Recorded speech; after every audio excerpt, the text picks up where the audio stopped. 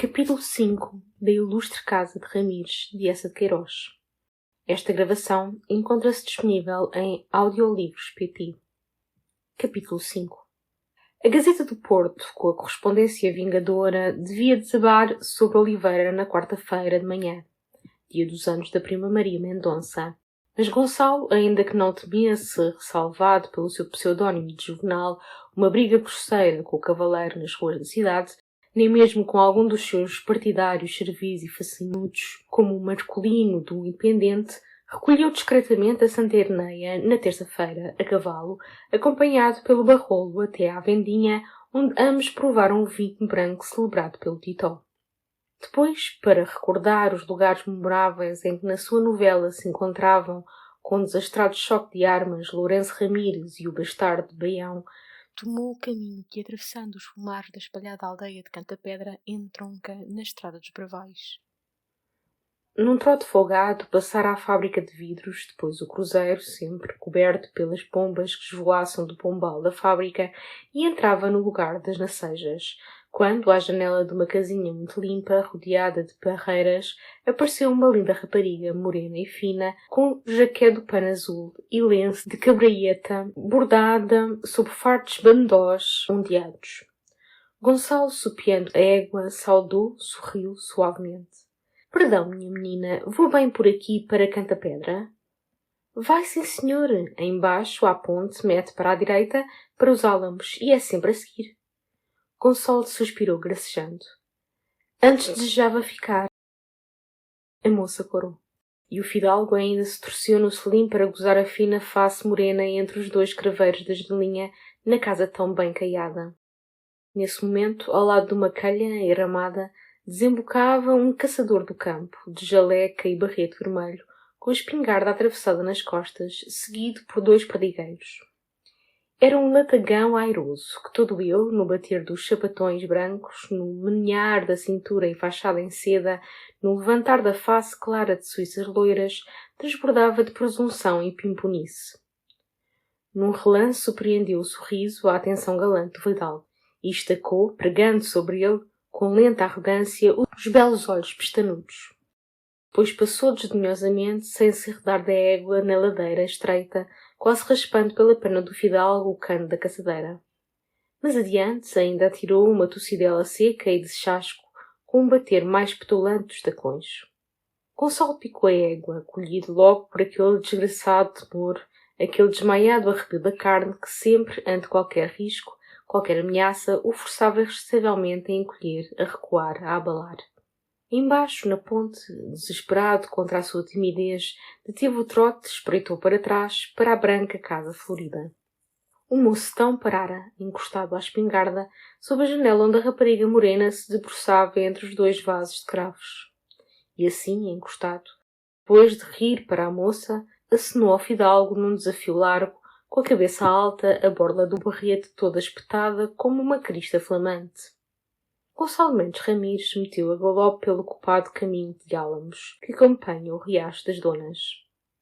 Em Cantapedra nem se demorou a estudar, como tencionava, para proveito da sua novela, o vale, a ribeira espraiada, as ruínas do mosteiro de Recadães, sobre a colina, e no cabeço fronteiro um moinho que assenta sobre as negridas pedras do antiga e tão falada honra de Avelange. De resto o céu, cinzento e abafado desde manhã, entenebrecia para os lados de Craquede e de Vila Clara. Um bafo morno remexeu a folhagem sedenta, e já gotas pesadas se esmagavam na poeira, quando ele, sempre galopando, entrou na estrada dos Bravais. Na torre encontrou uma carta do Castanheiro. O patriota ansiava por saber se essa torre de Dom Ramires se erguia enfim para a honra das letras, como a outra, a genuína, se erguera outrora em séculos mais ditosos para o orgulho das armas. E acrescentava num pós-escrito: panei imensos cartazes pregados a cada esquina de cada cidade de Portugal, anunciando em letras de couvado a aparição salvadora dos anais, e como tenciono prometer nele aos povos a sua preciosa novelazinha, desejo que o amigo Gonçalo me informe se ela tem, à moda de 1830, um saboroso subtítulo, como Episódios do século XII, ou Crónica do reinado de Dom Afonso II, ou Cenas da meia-idade portuguesa. Eu voto pelo subtítulo, como o subsolo num edifício, o subtítulo num livro alteia e dá solidez. A obra, pois, meu Ramires, com essa imaginação fracíssima. Esta invenção de imensos cartazes, com o seu nome e o título da sua novela em letras de cor estridentes, enchendo cada esquina de Portugal, deleitou o fidalgo. E logo nessa noite, ao rumor da chuva densa que estalava na folhagem dos limoeiros, retomou o seu manuscrito, parado nas primeiras linhas amplas e sonoras do capítulo 2. Através delas e na frescura da madrugada, Lourenço Mendes Ramires, com o troço de cavaleiros e pionagem na sua mercê, corria sobre o Monte Mor em socorro das senhoras infantas. Mas, ao penetrar no vale de Canta-Pedra, eis que o esforçado filho de Tordesilhando avista a mesnada do bastardo de Baião, esperando desde a alva, como anunciaramente pais, para tolher a passagem.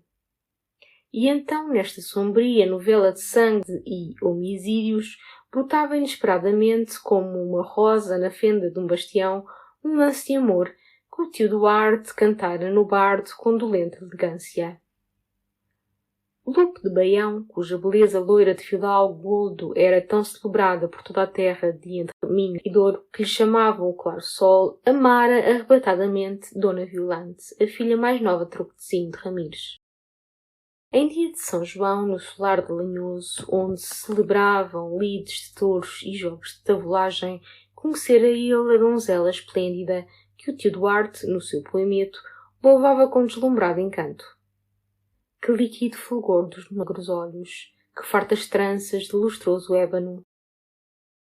E ela certamente rendera também o coração àquele moço resplandecente de cor de ouro, que, nessa tarde de festa, arremessando o rojão contra os touros, ganhara 2 faixas bordadas pela nobre dona de Lanhoso. E à noite, no sarau, se requebrara com tão repicado garbo na dança dos marchatins. Mas Lopo era bastardo, dessa raça de Baião, inimiga dos Ramires, por velhíssimas brigas de terras e precedências desde o conde Dom Henrique. Ainda assanhadas depois durante a contenda de Dona Teresa e Afonso Henrique, quando na cúria dos barões, em Guimarães, Mendo de Baião, bandeado com o conde de Trava e Ramires, o cortador, colasso de moço infante, se arrojaram às faces os guantes ferrados. E fiel ao ódio secular, Tordesilhando de Ramires recusara com áspera arrogância a mão de Violante ao mais velho dos de Baião, um dos valentes de Silves, que pelo Natal, na Alcáçova de Santa Irneia, lhe pedira para Lopo seu sobrinho, o Claro Sol, oferecendo avenças quase submissas de aliança e doce paz. Isto traz revoltar o solar de Baião, que se honrava em Lopo, apesar de bastardo, pelo lustre da sua bravura e graça galante. E então Lopo, ferido doridamente no seu coração, mais furiosamente no seu orgulho, para fartar o esfaimado desejo, para infamar o claro nome dos Ramires, tentou raptar Dona Violante. Era na primavera, com todas as veigas do mondego já verdes. A donosa senhora, entre alguns escudeiros da honra e parentes, jornadeava de Trejedo ao mosteiro de Louvrão, onde sua tia, Dona Branca, era abadesa. Languidamente, no bardo, descantara o tio Duarte o romântico lanço. Junto à fonte mourisca, entre os olmeiros, a cavalgadura para. E junto aos olmeiros da fonte surgira o claro sol, que com os seus espreitava de um cabeço. Mas logo no começo da curta briga, um primo de Dona Violante, o agigantado senhor dos Passos de Avelim, o desarmou.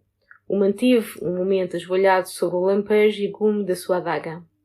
E com vida perdoada, rugindo de surda raiva, o bastardo abalou entre os poucos solaringos que o acompanhavam nessa afoita remetida. Desde então mais fero arder o rancor entre os de Baião e os Ramires. E eis agora, nesse começo de guerra das infantas, os 2 inimigos, rosto a rosto no valente estreito de Canta-Pedra.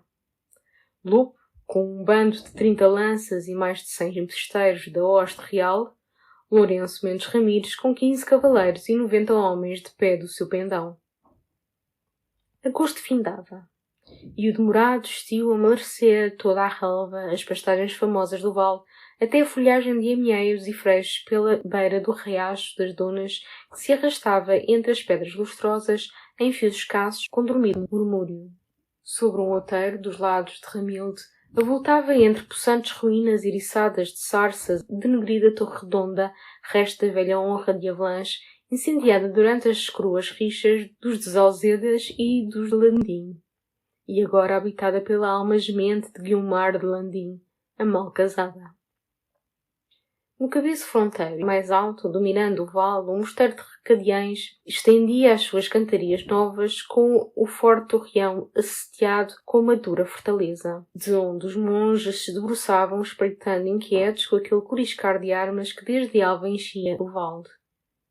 E o mesmo temor a coçar as aldeias chegadas, porque, sob a crista das colinas, se apressavam para o santo e morado refúgio dos conventos, gentes com trouxas, carros toldados, magras filas de gados. Ao avistar tão rijo troço de cavaleiros e peões, espalhado até à beira do riacho por entre a sombra dos freixos, Lourenço Ramires sofriu, sustiva leva, junto de um montão de pedras onde apodrecia encravada uma tosca cruz de pau. E o seu esculca, que largara rédeas soltas, tirado sobre o escudo de couro para reconhecer a mesnada, logo voltou sem que frecha ou pedra de funda o colhessem, gritando: "São homens de Baião e da hoste real!" Tolhida, pois, a passagem, e em que desigualdade reencontro. Mas o tremendado Ramires não duvidou avançar, travar peleja. Sozinho que somasse ao vale, com uma quebradiça lança de monte, arremeteria contra todo o arraial do bastardo. No entanto, já o Adail de Baião se adiantara, corteando no rosilho magro, com a espada atravessada por cima de um borrião que penas de garça emplumavam, e atroava o vale com o rouco pregão. "Deter, deter, que não há passagem!" E o nobre senhor de Baião, em recado de El-Rei por mercê da sua senhoria, vos guarda vidas salvas se volverdes costas sem rumor e tardança. Lourenço Ramires gritou: "A ele, besteiros!" Os girotes assobiaram. Toda a corta ala dos cavaleiros de Santa Epeneia tropeou para dentro do vale de lanças listadas. E o filho de Truquezinto, erguido nos tribões de ferro, debaixo do pano solto, o seu pendão que apressadamente o alferes sacara da funda, encerrou a viseira no casco para lhes mirassem bem a face destemida e lançou ao bastardo injúrias de furioso orgulho. "Chama outros tantos dos vilões que te seguem que, por sobre eles e por sobre ti, chegarei esta noite a Montemor." E o bastardo, no seu foveiro, que uma rede de malha cobria toda encairelada de ouro, atirava a mão calçada de ferro, clamava: "Para trás, de onde vieste, voltarás, burlão traidor, se eu por mercê mandar o teu pai e o teu corpo numas nandas." Estes versos desafios rolavam em versos serenamente compassados no poimento do tio Duarte. E depois de os reforçar, Gonçalo Mendes Ramires, sentido a alma enfunada pelo heroísmo da sua raça como por um vento que sopra de funda campina, arrojou um contra o outro os dois bandos valorosos. Grande briga, grande grita. "Ala, ala! Rompe, rompe! Serra por Baião! Casca pelos Ramires!"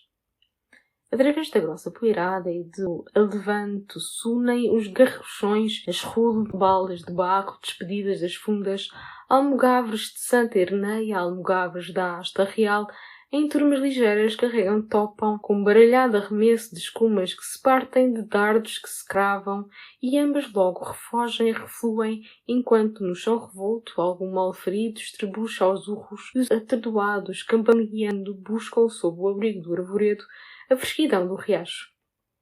Ao meio, no embate mais nobre de peleja, por cima dos corcéis que se empinam, arfando ao peso das coberturas de malha, as lisas pranchas dos montantes lampejam, retinem embebidas nas chapas de broqueios, e já, dos altos arções de couro vermelho, desaba algum hirto e chapeado senhor, com um baque de ferragens sobre a terra molde. Cavaleiros e infanções, porém, como num torneio, apenas terçam lanças para se derribarem, abolados os arneses com clamores de excitada ufania. E sobre a vilanagem contrária, em que cevam o furor da matança, se abatem os seus padrões, se despenham as suas achas, esmigalhando os cascos de ferro como beilhas de greda. Por entre a peonagem do Baião e da hoste real, Lourenço Ramires avança mais levemente que ceifeiro apressado entre a erva tenra. A cada arranca do seu rijo morzelo, alagado de espuma que sacode furiosamente a testeira derrostrada, sempre entre pagas ou gritos por Jesus, um peito verga trespassado, braços se retorcem em agonia. Todo o seu afã era chocar armas com o lobo. Mas o bastardo, tão arremessado e afrontador em combate, não se arredara nessa manhã da lomba do outeiro, onde uma fila de lanças o guardava como uma estacada, e com brados, não com golpes, aquietava a lide. No ardor desesperado de romper a viva cerca, Lourenço gastava as forças berrando roucamente pelo bastardo, com os duros alterados de churdo e marrano. Já de entre a trama falseada do camalho lhe borbulhavam do ombro pela loriga fios lentos de sangue. O lance de virotão, que lhe partira as charneiras de greve à esquerda, fendera a perna de onde mais sangue brotava, dessupando o fogo de estopa.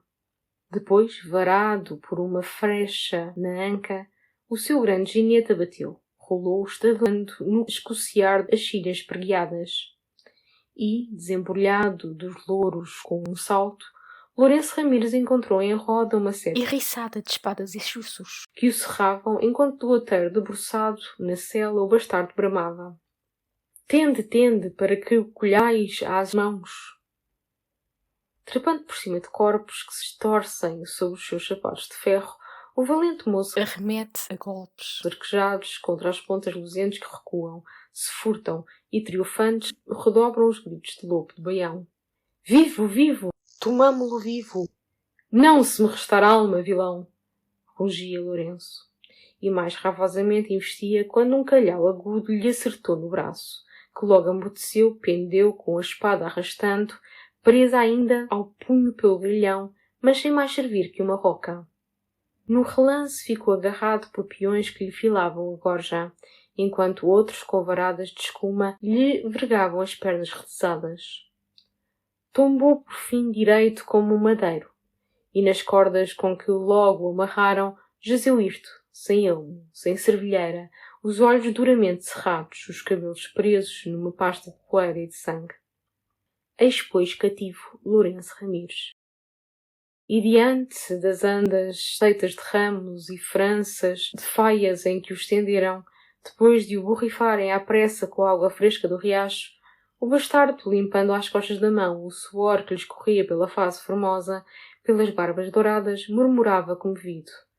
Ah, Lourenço, Lourenço, grande dor, que bem pudéramos ser irmãos e amigos. Assim, ajudado pelo tio Duarte, por Walter Scott, por notícias do panorama, compusera Gonçalo a mal-aventurada lide de Canta-Pedra.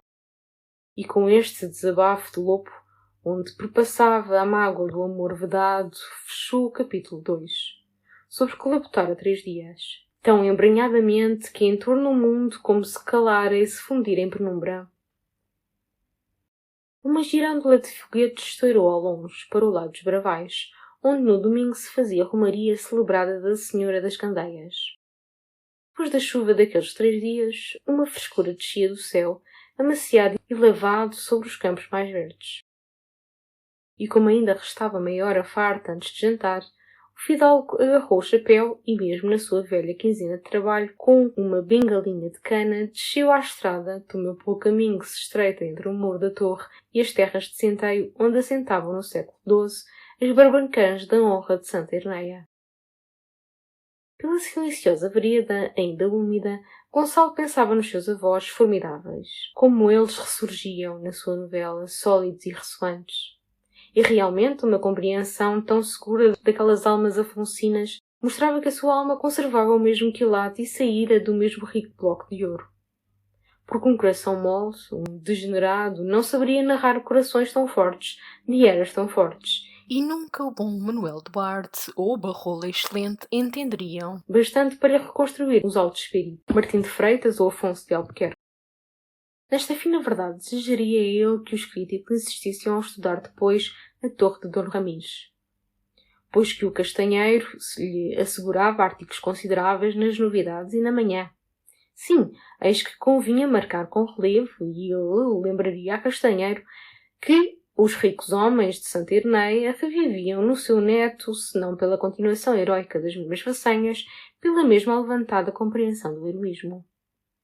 Que diabo, sob o Reinado. do horrendo São Fulgêncio, ele não podia desmantelar o solar de Baião, desmantelado há 600 anos por seu avô Leonel Ramires, nem retomar aos mouros essa torreada Monforte onde um Antoninho Moreno era um languido governador civil.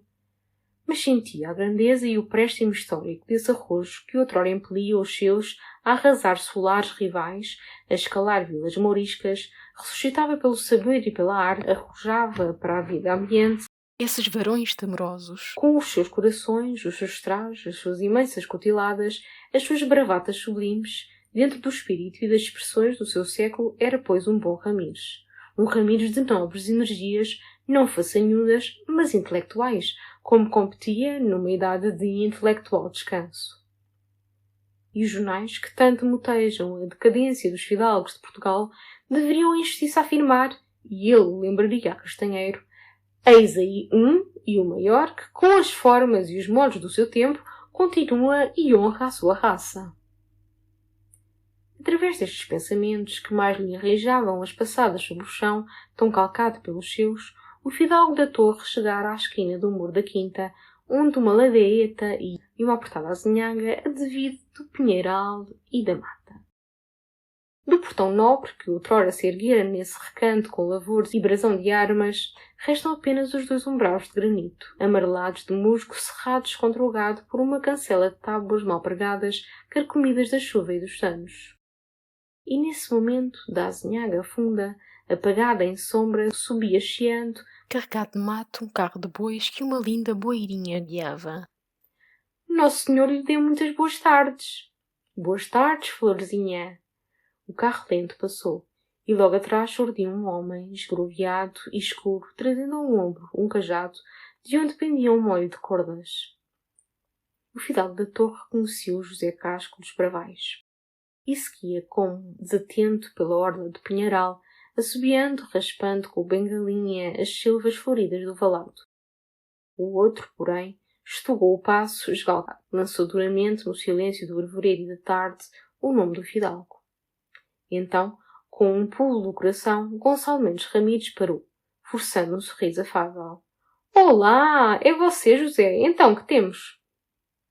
O casco engasgara, com as costeletas a arfar sob a encardida camisa de trabalho. Por fim, Desenfiando das cordas. o marmoleque gravou no chão pela chopa. Temos que eu falei sempre claro com o fidalgo e não era para que depois me faltassem a palavra. Gonçalo Ramires levantou a cabeça com uma dignidade lenta e custosa, como se levantasse uma massa de ferro. Está você a dizer, Casco, faltar a palavra? Em que lhe faltei eu à palavra? Por causa do arrendamento da torre? Essa é nova. Então houve por acaso escritura assinada entre nós? Você não voltou? Não apareceu? O Casco emudecera assombrado.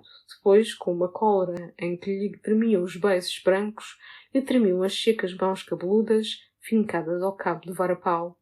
Se houvesse papel assinado, o fidalgo não podia recuar. Mas era como se houvesse, para gente bem.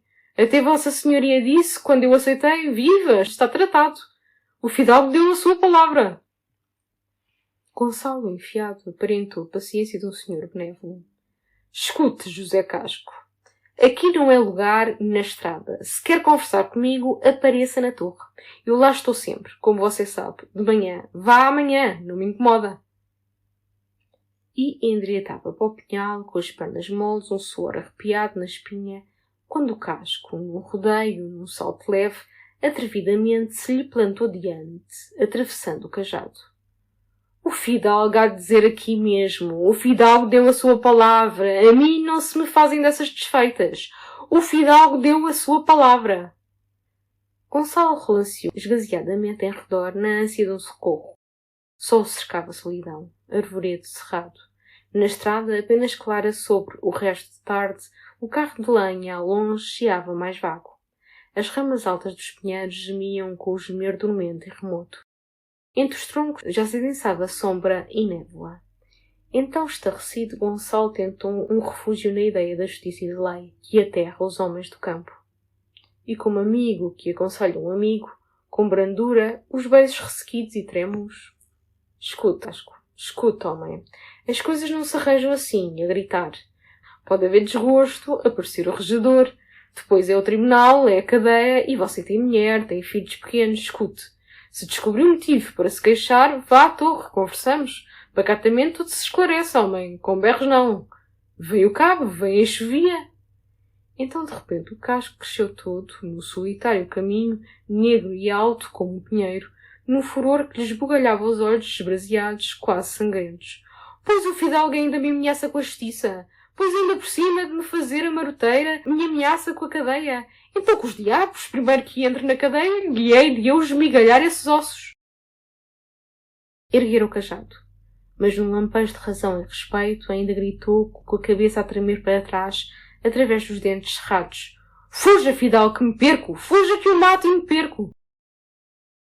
Gonçalo Mendes Ramires correu à cancela, entalada nos velhos umbrais de granito, pulou por sobre as tábuas mal pregadas, enfiou pela latada que orla o muro numa carreira furiosa de lebre aguçada. Ao fim da vinha, junto dos milheirais, uma figueira brava, densa, em folha, alastrara dentro de um espigueiro de granito, destelhado e desusado. Nesse esconderijo de rama e pedra se alapou o fidalgo da torre, arquejando. O crepúsculo descera sobre os campos, e com ele uma serenidade em que adormeciam frondes e relvas.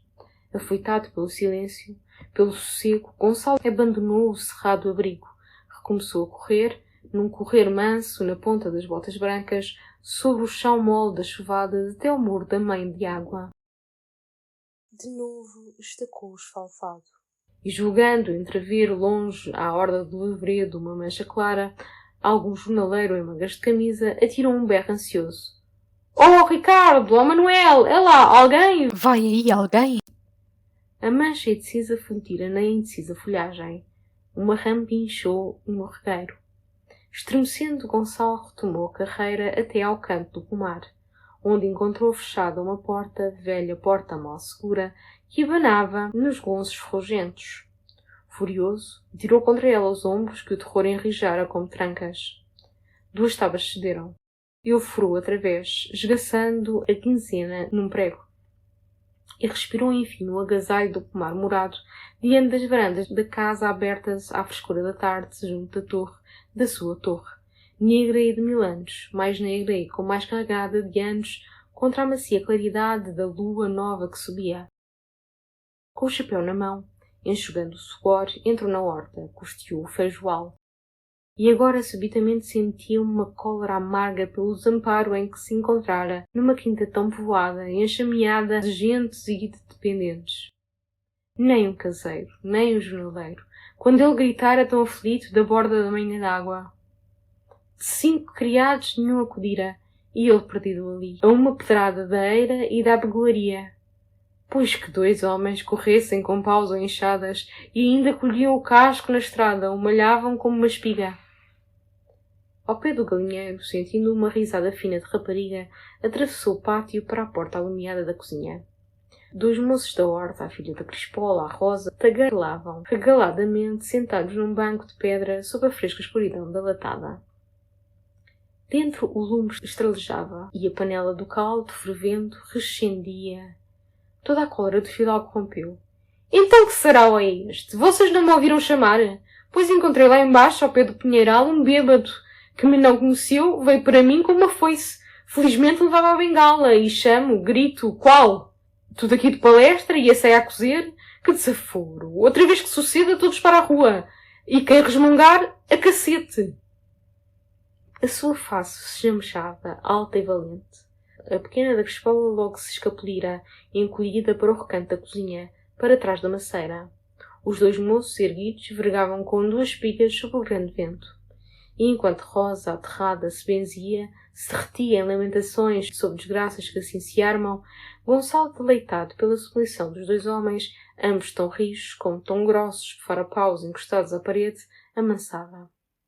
Realmente, sois todos surdos nesta pobre casa. Além disso, a porta do pomar fechada tive-lhe de tirar um empurrão, ficou em pedaços.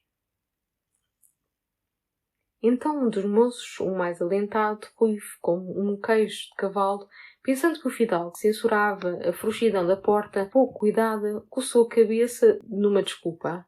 Pois com o perdão do fidalgo, mas já depois da saída do rei, se lhe pôs uma travessa e fechadura nova, e valente. Qual fechadura? Gritou o fidalgo soberbamente.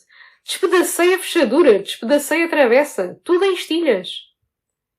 O outro moço, mais desembaraçado e esperto, riu, para agradar. Santo nome de Deus, então é que o fidalgo lhe atirou com força. E o companheiro, convencido, espetando o queixo enorme, mas que força ao matar, que a porta era rija e fechadura nova, já depois do ralho. A certeza da sua força, louvada por aqueles fortes, reconfortou inteiramente o fidalgo da torre, já brando, quase paternal. Graças a Deus, para arrombar uma porta, mesmo nova, não me falta a força. O que eu não podia, por decência, era arrastar aí, por essas estradas, um bêbado com a foice até à casa do regedor. Foi para isso que chamei, que gritei, para que vocês o agarrassem e o levassem ao regedor. Bem, acabou. Oh, Rosa, dê aí esses rapazes para a ceia mais uma caneca de vinho. A ver se para outra vez se afoitam, se aparecem. Era agora como um antigo senhor Ramires de outros séculos, justo e avisado, que repreende uma fraqueza dos seus solarengos. E logo perdoa por conta e amor das façanhas próximas. Depois, com a bengala ao ombro, como uma lança, subiu pela lôbrega escada da cozinha. E em cima, no quarto, apenas o Bento entrara para o vestir, recomeçou a sua epopeia mais carregada, mais terrífica, assombrando o sensível homem, estacado rente da cômoda, sem mesmo pousar em infusa de água quente, as botas envernizadas, abraçada de toalhas, ajujavam. O Casco! O José Casco dos Bravais bêbado, rompendo para ele, sem o conhecer, com uma foice enorme a berrar "Morra, que é marrão!" E ele da estrada, diante do bruto de bengalinha, mas atira um salto, a foiçada resvala sobre o tronco do pinheiro, então arremete, desabaladamente, brandindo a migala, gritando pelo Ricardo e pelo Manuel, como se ambos o escoltassem, e a tarantar o Casco, que recua, se some pela azinhaga, a cambalear e a grunhir. Hein? Que te parece? Se não é a minha audácia, o homem positivamente me ferra o tiro da espingarda. O Bento, que quase se babava, com o jarro esquecido a pingar no tapete, pestanejou confuso, mais atônito. Mas o senhor doutor disse que era uma foice. Gonçalo bateu o pé impaciente. Correu para mim com uma foice, mas vinha atrás do carro, e no carro trazia uma espingarda. O Casco é caçador, para sempre de espingarda. Enfim, estou aqui vivo, na torre, por mercê de Deus, e também porque, felizmente, nestes casos não me falta a decisão. E apressou o Bento, porque com o abalo, o esforço positivamente lhe tremiam as pernas de cansaço e de fome, além da sede. Sobretudo sede, esse vinho que venha bem fresco, do verde e do avermelhão, para misturar. O Bento, com o trêmulo suspiro da emoção atravessada, enchera a bacia, estendia as toalhas, depois, gravemente, Pois, senhor doutor, temos esse andanço nos sítios. Foi o mesmo que sucedeu ao senhor Sancho Lucena, na Feitosa. Como? Ao senhor Sancho Lucena? O Bento desenrolou então uma tremenda história trazida à torre durante a estada do senhor doutor em Oliveira, pelo cunhado da Crispola, o Rui, carpinteiro, que trabalhava nas obras da Feitosa. O senhor Sancho Lucena descera uma tarde ao lusco-fusco à porta do mirante, quando passam na estrada dois jornaleiros, bêbados ou facínoras, que implicam com o excelente senhor. E chufas, risinhos, mamices, o senhor Sanches, com paciência, aconselhou os homens que seguissem e não se desmandassem. De repente, um deles, um rapazola, sacode a jaqueta do ombro, ergue o cajado. Felizmente, o companheiro que se afirmara ainda gritou: "Ai, rapaz, que ele é nosso deputado!" O rapazola abalou o espelho. O outro até se atirou de joelhos diante do senhor Sancho Lucena, mas o pobre senhor, com o abalo, recolheu à cama. Gonçalo acompanhara a história, secando vagarosamente as mãos à toalha, impressionado. Quando foi isso? Pois disse ao senhor doutor, quando o senhor doutor estava em Oliveira, um dia antes ou um dia depois dos anos da senhora Dona Graça. O fidalgo arremessou a toalha, limpou pensativamente as unhas, depois com um risinho incerto e leve: Enfim, sempre serviu de alguma coisa o Sr. Santos Lucena a ser deputado por Vila Clara. e já vestido, abastecendo a charuteira, porque resolvera passar a noite na vila a desabafar com o Gouveia, de novo se voltou para o Bento que arrumava a roupa. Então o bêbado, quando o outro lhe gritou: "Ai, que é o nosso deputado, quem em si fugiu, hein? Ora vê tu, ainda vale ser deputado, ainda inspira respeito, homem, pelo menos inspira mais respeito que descender dos reis de Leão. Paciência, toca a jantar." Durante o jantar, misturando copiosamente o verde e o alvarilhão, Gonçalo não cessou de ruminar a ousadia do casco. Pela primeira vez na história de Santa Irneia, um lavrador daquelas aldeias crescidas à sombra da casa ilustre, por tantos séculos, senhora em monte e vale, ultrajava um Ramires. E brutalmente alçando o cajado diante dos muros da quinta histórica. Contava seu pai que, em vida do bisavô Inácio, ainda desde Ramilde até Corinde, os homens dobravam o joelho nos caminhos quando passava o senhor da torre. E agora levantavam a foice. E porquê? Porque ele não se desfalcara submissamente das suas rendas em proveito de um façanhudo. Em tempos do avô Tordesilhano, o vilão de tal atentado assaria, como porco montês, numa ruidosa fogueira diante das barbacãs da honra. Ainda dias do bisavô Inácio apodreceria numa masmorra, e o casco não podia escapar sem castigo. A impunidade só lhe encheria a audácia, e assomado, rancoroso, noutro encontro, sem mais falas, desfechava a caçadeira. Oh, não lhe desejava um mal durável, coitado, com 2 filhos pequeninos, um que mamava, mas que o arrastasse na estação, algemado entre 2 cabos de polícia, e que na triste saleta, de onde se avistam as grades da cadeia, apanhasse uma repreensão tremenda do Gouveia muito seco, muito esticado na sobrecasaca negra. Assim se devia resguardar por meios estatuosos, pois que não era deputado e que com o seu talento, o seu nome, essa espantosa linhagem de avós que edificaram o reino, carecia o prestígio do Sancho Lucena, precioso prestígio que suspende no ar os varapausos ervidos. Apenas vendo o café, mandou avisar pelo Bento os 2 moços da horta, o Ricardo e o outro de queijo de cavalo, que se esperassem no pátio armados. Porque na torre ainda sobrevivia uma sala de armas, cacifro tenebroso junto ao arquivo, onde se amontoavam peças aboladas de armaduras, um lorigão de malha, um broquel mourisco, alabardas, espadões, polvorinhos, bacamartes de 1820 e, entre esta poeirenta ferralhagem negra, 3 espingardas limpas com que os moços da quinta, na romaria do São Gonçalo, atiravam descargas em louvor do santo. Depois ele encafou o revólver da algibeira, desenterrou do armário do corredor um velho bengalão de cabo de chumbo entraçado, agarrou um apito. E assim precavido, aquecido pelo verde e pelo alvarhão, com os 2 criados de caçadeira ao ombro, importantes e tesos, partiu para Vila Clara, procurar o senhor administrador do concelho. A noite envolvia os campos em sossego e frescura. A lua nova, que para o tempo, roçava a crista dos outeiros de Valverde com uma roda lustrosa de um carro de ouro. No silêncio, os rijos sapatões preguiados dos 2 jornaleiros ressoavam em cadência. E Gonçalo adiante, charuto flamante, gozava aquela marcha em que de novo um Ramires trilhava os caminhos de Santa Irneia com homens da sua mercê e solarengues armados. Ao começo da vila, porém, recolheu discretamente a escolta na taberna da Serena. E ele cortou para um bocado da erva para a tabacaria do Simões, onde o Gouveia, àquela hora, antes da partida da Assembleia, costumava pousar, comprar uma caixa de fósforos, considerar pensativamente na vidraça as cautelas da lotaria. Mas nessa noite o senhor administrador faltara ao Simões acostumado. Largou então para a Assembleia e logo embaixo, no bilhar, um sujeito calvo que contemplava as carâmbulas solitárias do marcador, espapado na bancada, de colete desabotoado, mascando um palito, informou o fidalgo da doença do amigo Gouveia. Coisa leve, inflamação de garganta. Vossa Excelência de certo o encontra em casa, não arreda do quarto desde domingo. Outro cavalheiro, porém, que remexia o seu café à esquina de uma mesa atulhada de garrafas de licor, afiançou que o senhor administrador já espairecera nessa tarde. Ainda pelas 5 horas, ele o encontrara na amoreira, com o pescoço atabafado, numa manta de lã. Gonçalo, impaciente, abalou para a calçadinha e atravessava ao largo do chafariz, quando descortinou o desejado Gouveia à porta muito alumiada da loja de panos do Ramos, conversando com um homem zarrão de forte barba retinta e de guarda-pó alvadio. E foi o Gouveia que, de dedo espetado, investiu para Gonçalo. Então já sabe. O quê?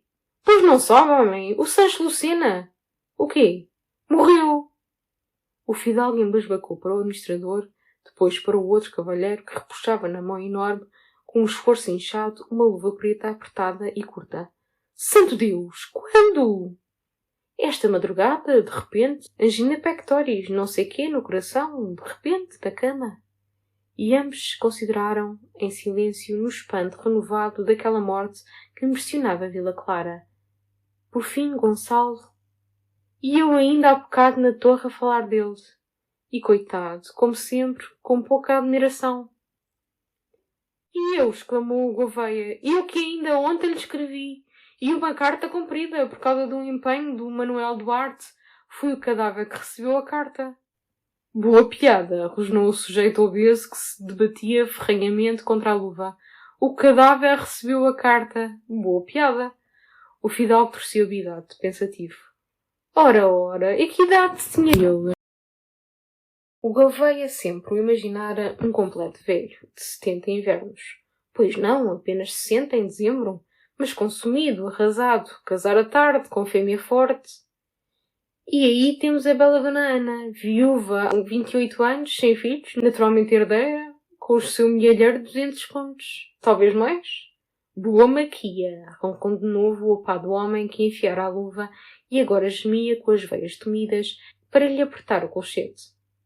Aquele cavalheiro constrangia o fidalgo, ansioso por desafogar com o Gouveia sobre a vacatura política, assim inesperadamente aberta no círculo da Vila Clara, pela busca de desaparição do chefe tradicional. E não se conteve, puxou o administrador pelo botão da sobrecasaca para a sombra favorável da parede. Gouveia, então agora, hein? Temos eleição suplementar. Quem virá pelo círculo? E o administrador, muito simplesmente, sem resguardar do homem zarrão de guarda-pó, que enfim, elevado a acender o charuto, se acercava com familiaridade, deduziu os factos. Agora, meu amigo, com o tio do Cavaleiro Ministro da Justiça e o José Ernesto Ministro do Reino, vai deputado pelo círculo quem o André Cavaleiro mandar, é claro. O Sancho Lucena manteve sempre o seu lugar em São Bento por uma indicação natural do partido. Era aqui o primeiro homem, o grande homem dos históricos. Bem, hoje, para decidir o governo, como falta a indicação natural do partido, que resta? O desejo pessoal do cavaleiro. Pois sabe como o cavaleiro é regionalista. Pelo círculo, pois, logicamente, sai quem se apresenta ao cavaleiro como um bom continuador de Lucena, pela influência e pela estabilidade territorial. Noutro ciclo ainda se podia encaixar à pressa um deputado fabricado em Lisboa, nas secretarias. Aqui não. O deputado tem de ser local e cavalheirista. E o próprio cavaleiro, acredito você, está a esta hora embaraçado. O cordalhufo murmurou com importância através do imenso charuto que mamava. Amanhã já estou com ele, já sei. O administrador emudecera, coçava o queixo, cravando em Gonçalo os olhos espertos que rebrilhavam como se uma ditosa ideia, quase uma inspiração, o iluminassem. E de repente, para o outro, que confiava a barba retita, pois, meu caro senhor, até além de amanhã. Ficamos entendidos. Eu remeto o cestinho dos queijos diretamente ao senhor conselheiro. Tomou o braço de Gonçalo, que apertou com impaciência, e sem atender mais ao homem zarrão, que saudava rasgadamente, arrastou Fidalgo para a calçadinha silenciosa. Gonçalo, ouça lá. Você agora tinha uma ocasião soberba. Você, se quisesse, dentro de poucos dias, estava deputado por Vila Clara. O fidalgo da torre estacara, como se a estrela de repente se despenhasse na rua mal alumiada. Ora, escute, exclamou o administrador, largando o braço de Gonçalo para desenrolar mais livremente a sua ideia. Você não tem compromissos sérios com os regeneradores. Você deixou Coimbra há 1 ano, tenta agora uma vida pública. Nunca fez ato definitivo de partidário. Lá uma ou outra correspondência para os jornais, histórias. Mas... Escuta, homem, você quer entrar na política? Quer? Então pelos históricos ou pelos regeneradores, pouco importa. Ambos são constitucionais, ambos são cristãos. A questão é entrar, é furar. Ora você agora, inesperadamente, encontra uma porta aberta. O que o pode embaraçar? As suas inimizades particulares com o cavaleiro? Tolices! Atirou um gesto largo e seco, como se varresse essas puerilidades. Tolices! Entre vocês não há morte, homem. Nem vocês, no fundo, são inimigos. O cavaleiro é rapaz de talento, rapaz de gosto. Não vejo outro aqui no distrito com quem você tenha mais conformidade de espírito, de educação, de maneiras, de tradições. Numa terra pequena, mais dia menos dia, fatalmente, se impunha a conciliação. Então seja agora. Com a reconciliação, o leva às câmaras. E repito, pelo círculo de Vila Clara sai deputado quem o cavaleiro mandar. O fidalgo da torre respirou com esforço, na emoção que o sufocava.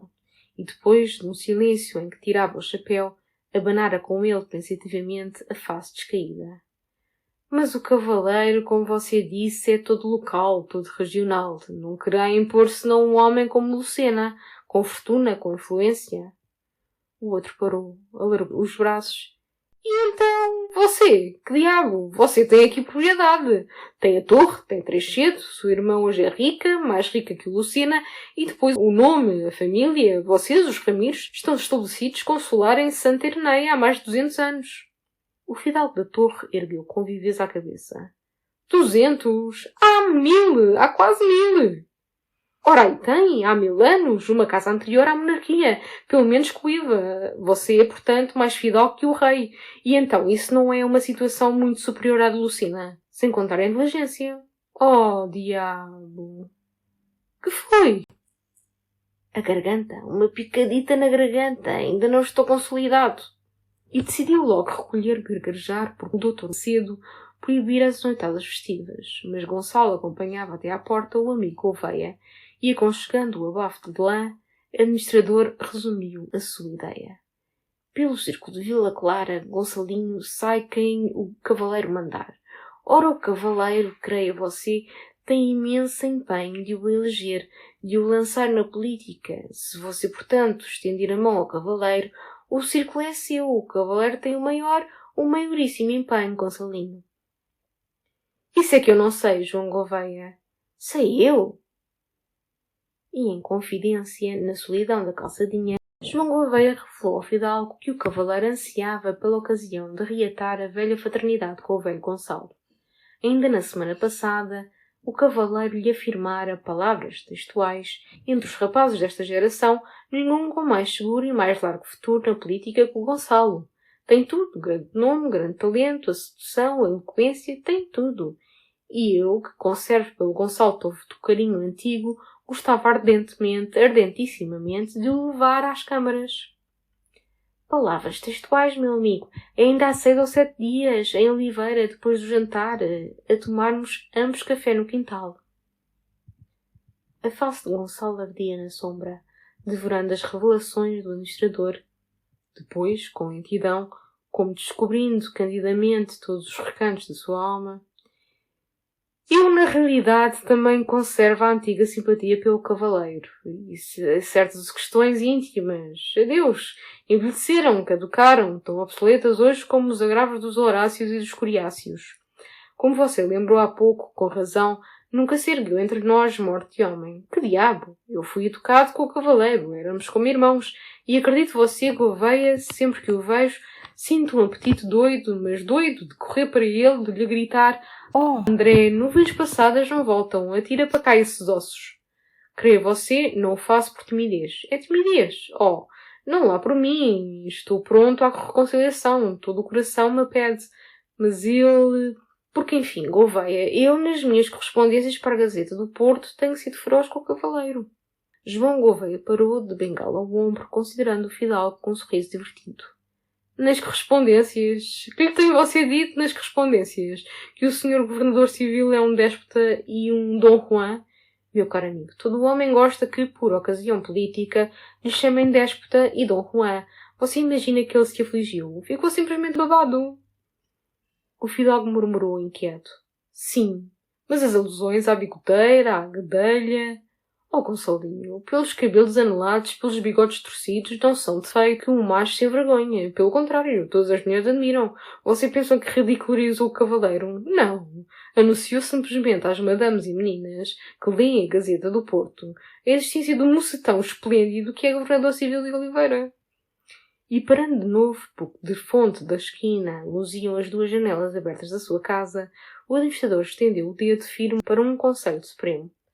Gonçalo Mendes Ramires, você amanhã manda buscar a parelha do torto, salta para a sua caleche, corre à cidade, entra pelo governo civil de braços abertos e grita sem outro prólogo. André, o que lá vai, lá vai. Venham essas Costelas.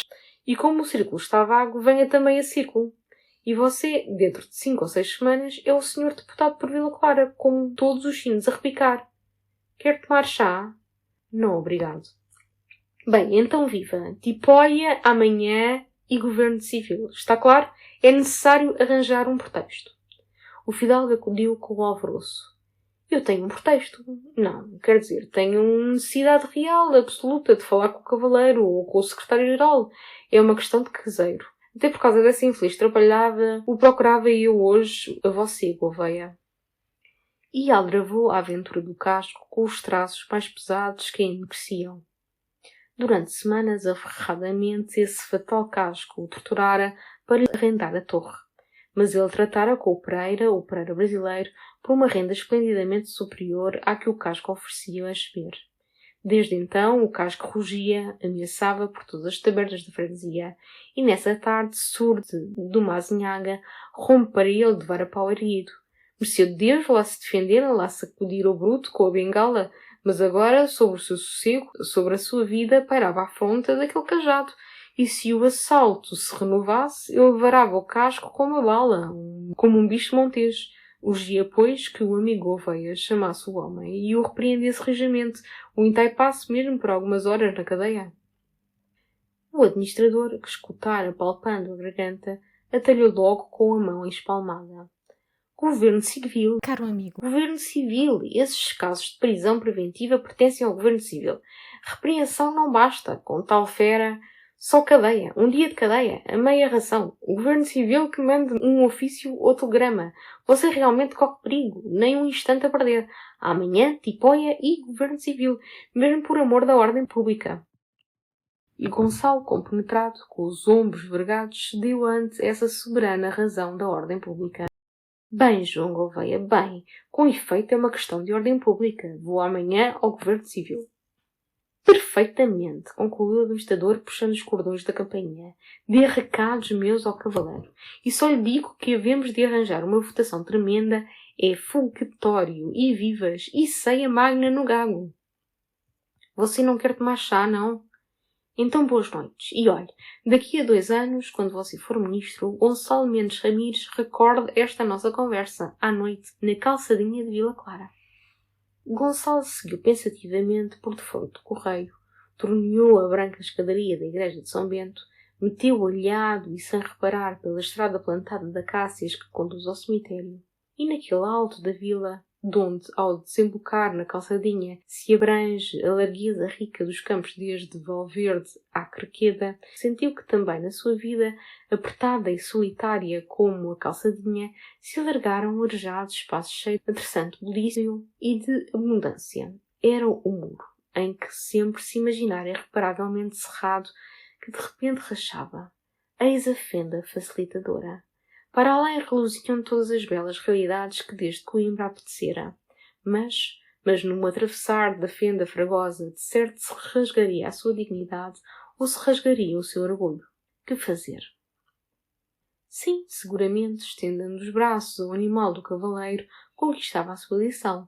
O círculo, enfeudado aos históricos, elegeria submissamente o deputado que o chefe histórico ordenasse com um indolente aceno. Mas essa reconciliação importava a entrada triunfal do cavaleiro na quieta casa de Barrolo. Ele vendia, pois, o sossego da irmã por uma cadeira em São Bento. Não podia por amor de Gracinha. Gonçalo suspirou com ruidoso suspiro no luminoso silêncio da estrada. Agora, porém, durante 3, 4 anos, os regeneradores não trepavam ao Breveno. E ele, ali, através desses anos, no buraco rural, jogando voltaretes sonolentos na assembleia da vila, fumando cigarros calaceiros nas varandas dos cunhais, sem carreira, parado e mudo na vida, a ganhar musgo como a sua caduca inútil torre. Caramba! Era faltar cobardemente a deveres muito santos para consigo e para com o seu nome.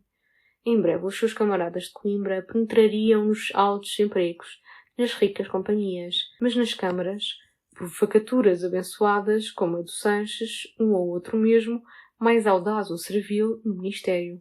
Só ele, com talentos superiores, um tal brilho histórico, jazeria esquecido e resmungando como um coxo numa estrada quando passa a romaria. E porquê? Pelo receio pueril de pôr a bigodeira atrevida do cavaleiro mais perto dos fracos lábios de Gracinha. E por fim, esse receio constituía uma injúria, uma nojenta injúria à seriedade da irmã, porque Portugal não se honrava com mulher mais rigidamente séria, de mais grave e por pensar. Aquele corpinho ligeiro que o vento levava continha uma alma heróica. O cavaleiro...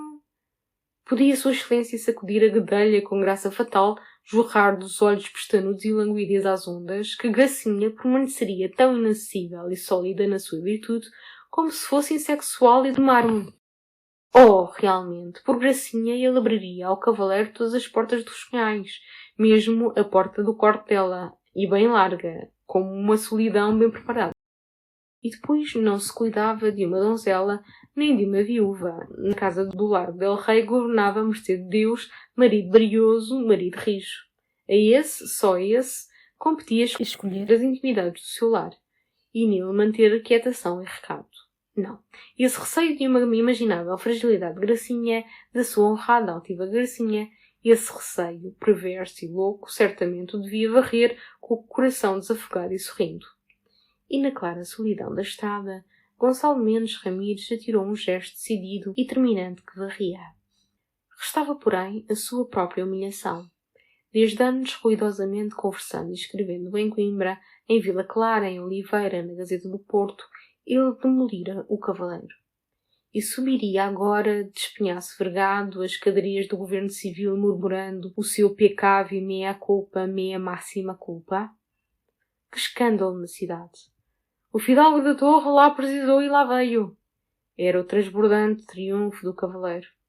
O único homem que no distrito se conservava erguido, pelejando, dovejando as verdades, desarmava e emudecia e encolhidamente se enfilara no séquito louva-minheiro de Sua Excelência. Bem duro, mas que diabo! Havia superiormente o endereço do país, e tão admirável lhe apareceu essa razão que o brandou com ardor na mudez da estrada. O país! Sim, o país. Quantas reformas a proclamar, a realizar. Em Coimbra, no 5º ano, já se ocupara da instrução pública, de uma remodelação do ensino, todo industrial, todo colonial, sem latim, sem ociosas belas artes, criando um povo formigueiro de produtores e de exploradores.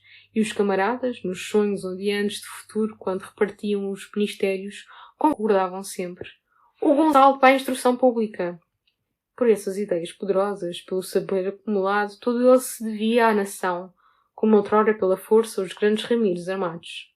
E pela nação cumpria que o seu orgulho de homem cedesse ante a sua tarefa de cidadão. Depois, pensava, entre o cavaleiro e ele, afogadamente, se enroscava todo um passado de camaradagem, apenas entorpecido, que talvez revivesse nesse encontro os enlaços logo no abraço penetrante, onde os antigos agravos se me suiriam com um pó sacudido. Mas para que imaginar?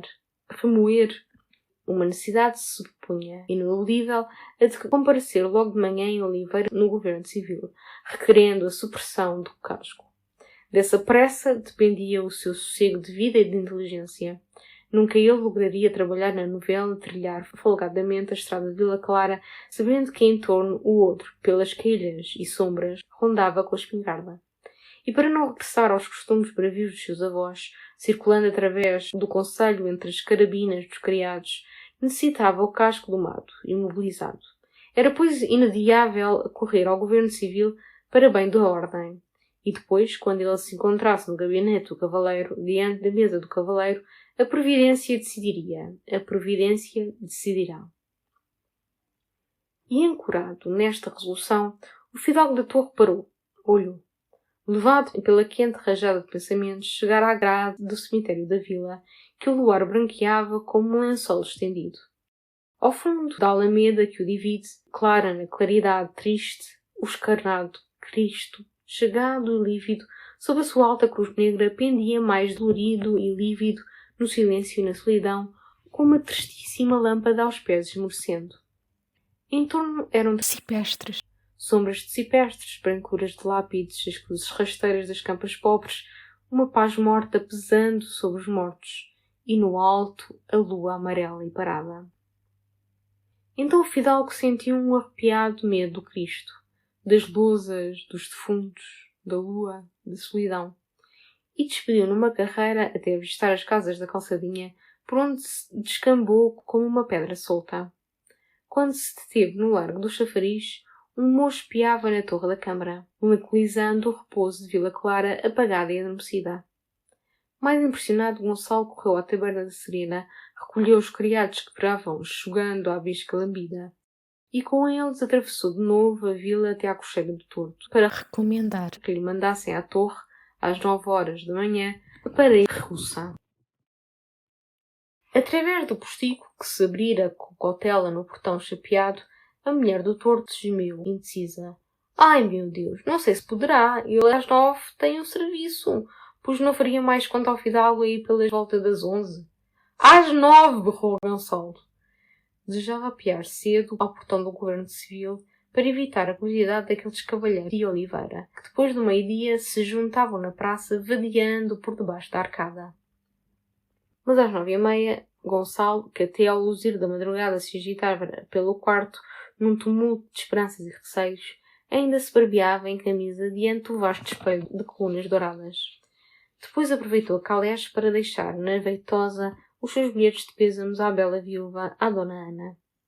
Ao meio-dia, esfaimado, almoçou na vendinha enquanto a parelha resfolgava, e batia à meia depois das 2, quando enfim se apeou em Oliveira diante do portão do antigo convento de São Domingos, ao fundo da praça, onde seu pai, quando chefe do distrito, instalara faustosamente as repartições do governo civil.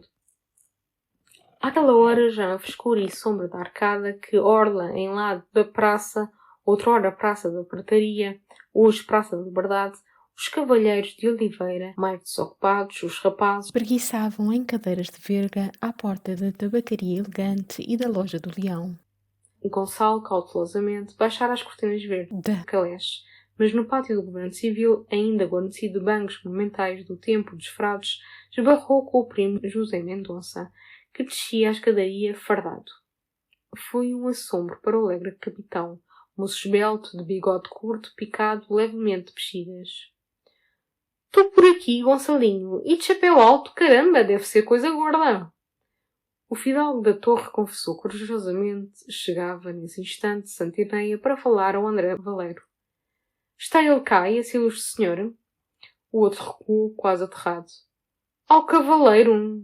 É ao cavaleiro que vens falar? Santíssima Virgem! Então desabou Troia! Gonçalo gracejou corando. Não se passara desgraça épica como a de Troia. De resto, podia revelar ao amigo Mendonça o caso que o arrastava à presença augusta da sua excelência, o senhor governador civil. Era um homem dos bravais, um casco que, furioso por não conseguir o arrendamento da torre, o ameaçara, rondava agora a estrada de Vila Clara de noite, à espreita com a espingarda. E ele, não ousando fazer alta e boa justiça pelas mãos dos seus criados, como os rameiros feudais, reclamava modestamente da autoridade superior uma ordem para que o Gouveia mantivesse, dentro da legalidade dos mandamentos de Deus, o façanhudo dos bravais. Só isto, uma pequenina questão de paz pública. E então, o grande homem está lá em cima?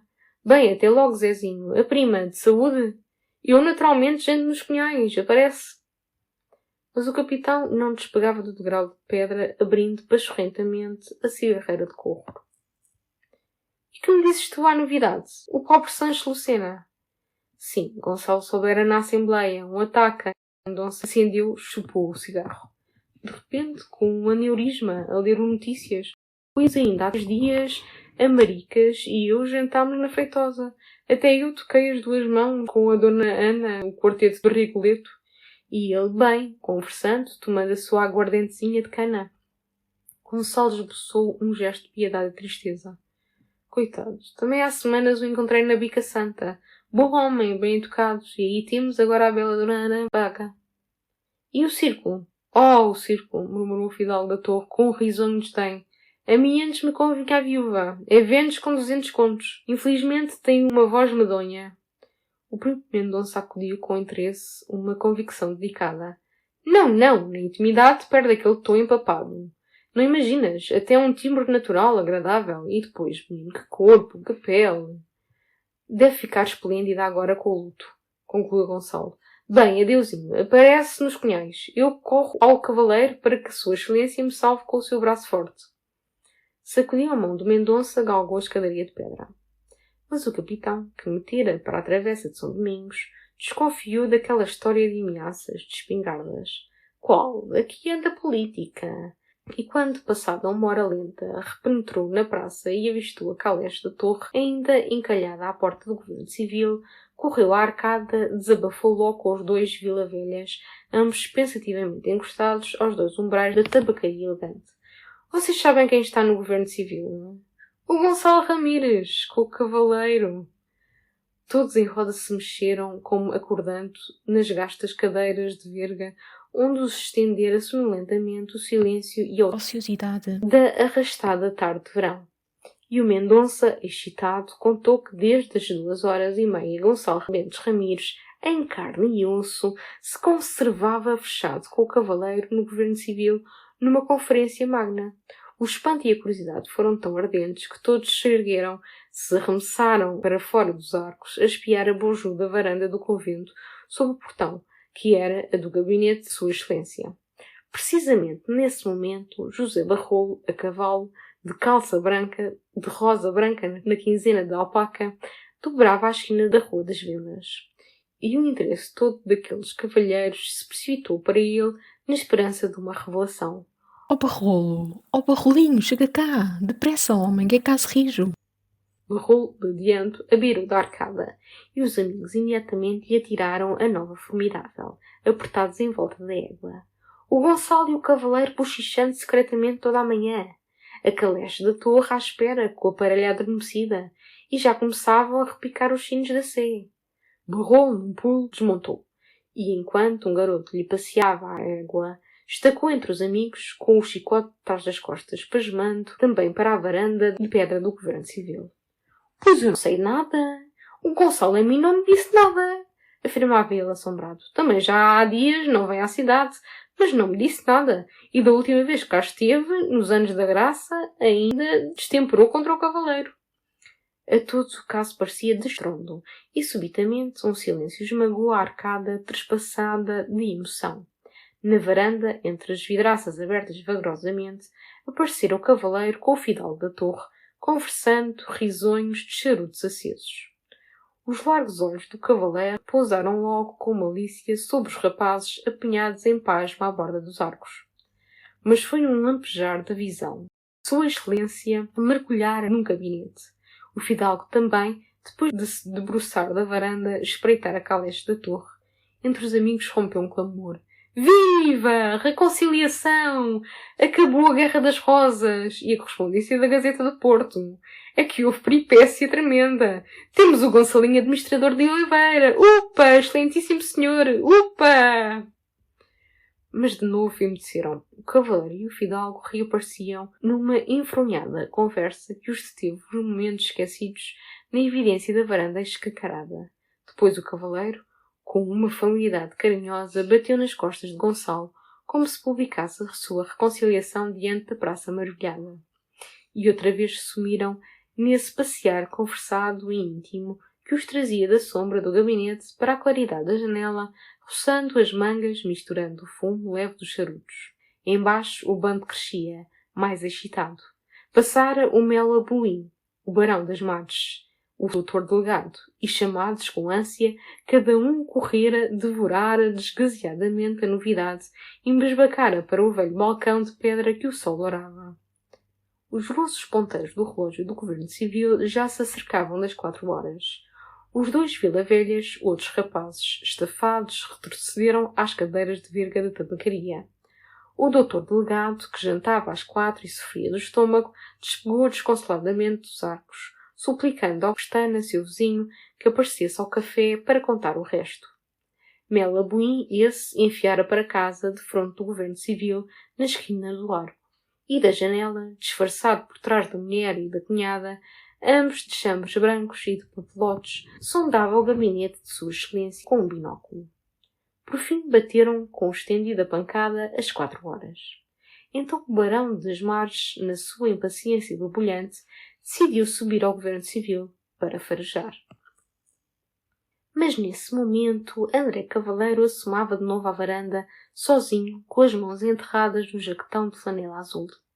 E quase imediatamente a caleche da torre largou da porta do governo civil, atravessou a praça, com os tores verdes meio corridos, descobrindo apenas àqueles cavalheiros ávidos as calças claras do fidalgo.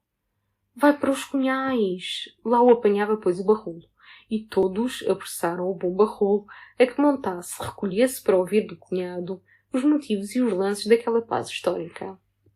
O barão das Mares até lhe segurou o estribo. Barrolo, alvoroçadamente, trotou para o largo del Rei. Mas Gonçalo Mendes Ramires, sem parar nos cunhais, seguia para a vendinha onde decidira jantar, dando um descanso à parelha esfalfada. E logo depois das últimas casas da cidade, subiu os torres, respirou deliciosamente com o chapéu sobre os joelhos a luminosa frescura da tarde, mais fresca e de uma claridade mais consoladora que todas as tardes da sua vida. Voltava de Oliveira, vencedor. Furar, enfim, através da fenda, através do muro. E sem que a sua honra ou o seu orgulho se escassassem nas espresas estreitas da fenda. Abençoado Gouveia! Esperto Gouveia! E abençoada a esperta conversa nas vésperas pela calçadinha de Vila Clara. Sim, de certo fora custoso aquele mudo momento em que se sentara secamente, hirtamente, à borda da poltrona, junto da pesada mesa administrativa de Sua Excelência. Mas mantivera muita dignidade e muita simplicidade. Sou forçado, dissera, a dirigir-me ao governador civil, à autoridade, por um motivo de ordem pública. E a primeira avença partira logo do cavaleiro que torcia a bigodeira pálido. Sinto profundamente que não seja ao homem, ao velho amigo, que Gonçalo Mendes Ramires se dirija. Ele ainda se conservara retraído, resistente, murmurando, com uma frieza triste. As culpas não são de certo minhas. E então o cavaleiro, depois de um silêncio em que lhe tremera o beiço, ao cabo de tantos anos, Gonçalo, seria mais caridoso não aludir a culpas, lembrar somente a antiga amizade que, pelo menos em mim, se conservou a mesma, leal e séria. A esta sensibilizada invocação, ele volvera com doçura, com indulgência. Se o meu antigo amigo André recorda a nossa antiga amizade, eu não posso negar que em mim também ela nunca inteiramente se apagou. Ambos balbuciaram ainda alguns confusos lamentos sobre os desacordos da vida, e quase insensivelmente se trataram por tu. Ele contou ao cavaleiro a torpe ousadia do casco, e o cavaleiro, indignado como amigo, mais como autoridade, telegrafara logo ao Gouveia um mandado forte para inutilizar o valentão dos bravais. Depois conversaram da morte do Sancho Lucena, que impressionava no distrito. Ambos louvaram a beleza da viúva e os seus 200 contos. O cavaleiro recordou a manhã, na feitosa, em que, entrando pela porta pequena do jardim, a surpreendera dentro de um caramanchão de rosas a apertar a liga. Uma perna divina. Ambos recusaram, rindo, a casar com a dona Ana, apesar dos 200 contos e da divina perna. Já entre eles restabelecera a antiga familiaridade de Coimbra. Era tu Gonçalo, tu André, ó menino, ó filho. E fora André, naturalmente, que aludira à desaparição do deputado do governo à surpresa do círculo vago. Ele então, com indiferença, estirado na poltrona, rufando com os dedos na borda da mesa, murmurara: sim, com efeito, vocês agora devem estar embaraçados, assim de repente. Mais nada, apenas estas indolentes palavras murmuradas através do rufo, e o cavaleiro, logo, sem preparação, apressadamente, empenhadamente, lhe oferecera o círculo, pousar os olhos nele com lentidão, como para o penetrar, o escutar, depois, insinuante e grave: se tu quisesses, Gonçalo, não estávamos embaraçados. Ele ainda exclamara com surpresa e riso. Como? Se eu quisesse? E o André, sempre com os olhos nele cravados, os largos olhos lustrosos tão persuasivos, se tu quisesses servir o país, ser deputado por Vila Clara, já não estávamos embaraçados, Gonçalo. Se tu quisesses, e perante essa insistência que rogava, tão sincera e comovida, em nome do país, ele consentira vergara os ombros. Se te posso ser útil e ao país, estou às vossas ordens. E eis a fenda transposta, a áspera fenda sem rasgão no seu orgulho ou na sua dignidade. Depois conversaram desafocadamente, passeando pelo gabinete, desde a estante carregada de papéis até à varanda, que André abrira por causa de um cheiro persistente de petróleo entornado na véspera. André tencionava partir nessa noite para Lisboa para conferenciar com o governo, depois daquela inesperada desaparição de Lucena. E, agora em Lisboa, imporia o querido Gonçalo como o único deputado, depois do Sancho Lucena, seguro e substancial, pelo nome, pelo talento, pela influência, pela lealdade. E eis a eleição consumada. De resto, declarara o cavaleiro rindo, aquele círculo de Vila Clara constituía uma propriedade sua, tão sua como Corinde livremente poderia eleger o servente de repartição, que era gago e bêbado. Prestava, pois, um serviço esplêndido ao governo, à nação, apresentando um moço de tão alta origem e de tão fina inteligência.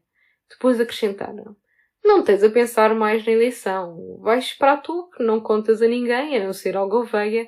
Esperas lá, muito quietinho, telegrama meu de Lisboa. E recebido ele, estás deputado para Vila Clara. Anuncias ao teu cunhado, aos amigos. Depois, no domingo, vais almoçar comigo a Corinho, às 11. Então ambos se apertaram num abraço que fundiu de novo e para sempre as duas almas apartadas. Depois, ao cimo da escadaria de pedra onde o acompanhara, André, repenetrando timidamente no passado, murmurou com um riso pensativo: que tens tu feito ultimamente nessa querida torre? E ao saber da novela para os anais, suspirou com saudade dos tempos da imaginação e da arte em Coimbra, quando ele amorosamente lapidava o primeiro canto de um poema heróico, O Fronteiro de Ceuta. Enfim, outro abraço, e ali voltava deputado por Vila Clara. Todos esses campos, esses povoados que avistava da Portunhola Calés, era ele que os representava em cortes. Ele, Gonçalo Mendes Ramires. E, superiormente, os representaria, mercê de Deus, porque já as ideias o invadiam, viçosas e férteis. Na vendinha, enquanto esperava que lhe frigissem um chouriço com ovos e 2 postas de sável, meditou para a resposta ao discurso da Crua um esboço sombrio e áspero da nossa administração na África. E lançaria então um brado à nação que a despertasse, lhe arrastasse as energias para essa África portentosa, onde cumpria, como glória suprema e suprema riqueza, edificar de costa a costa um Portugal maior. A noite cerrara. Ainda outras ideias o revolviam, vastas e vagas, quando o trote esfalfado da parelha estacou no portão da torre. Ao outro dia, terça-feira, às 10 horas, o Bento entrou no quarto do fidalgo com um telegrama que chegara à vila de Pedregada. Gonçalo pensou com um deslumbrado pulo do coração. É do governador. Era do Pinheiro gritando pela novela. Gonçalo amarrotou o telegrama. A novela. Como poderia labutar na novela agora toda na impaciência e no esforço da sua eleição? Nem sossegadamente, retendo através dos pratos que arredavam um desejo desesperado de contar ao Bento. E servido o café num sorfo impaciente, atirou para Vila Clara a desafogar com o Gouveia.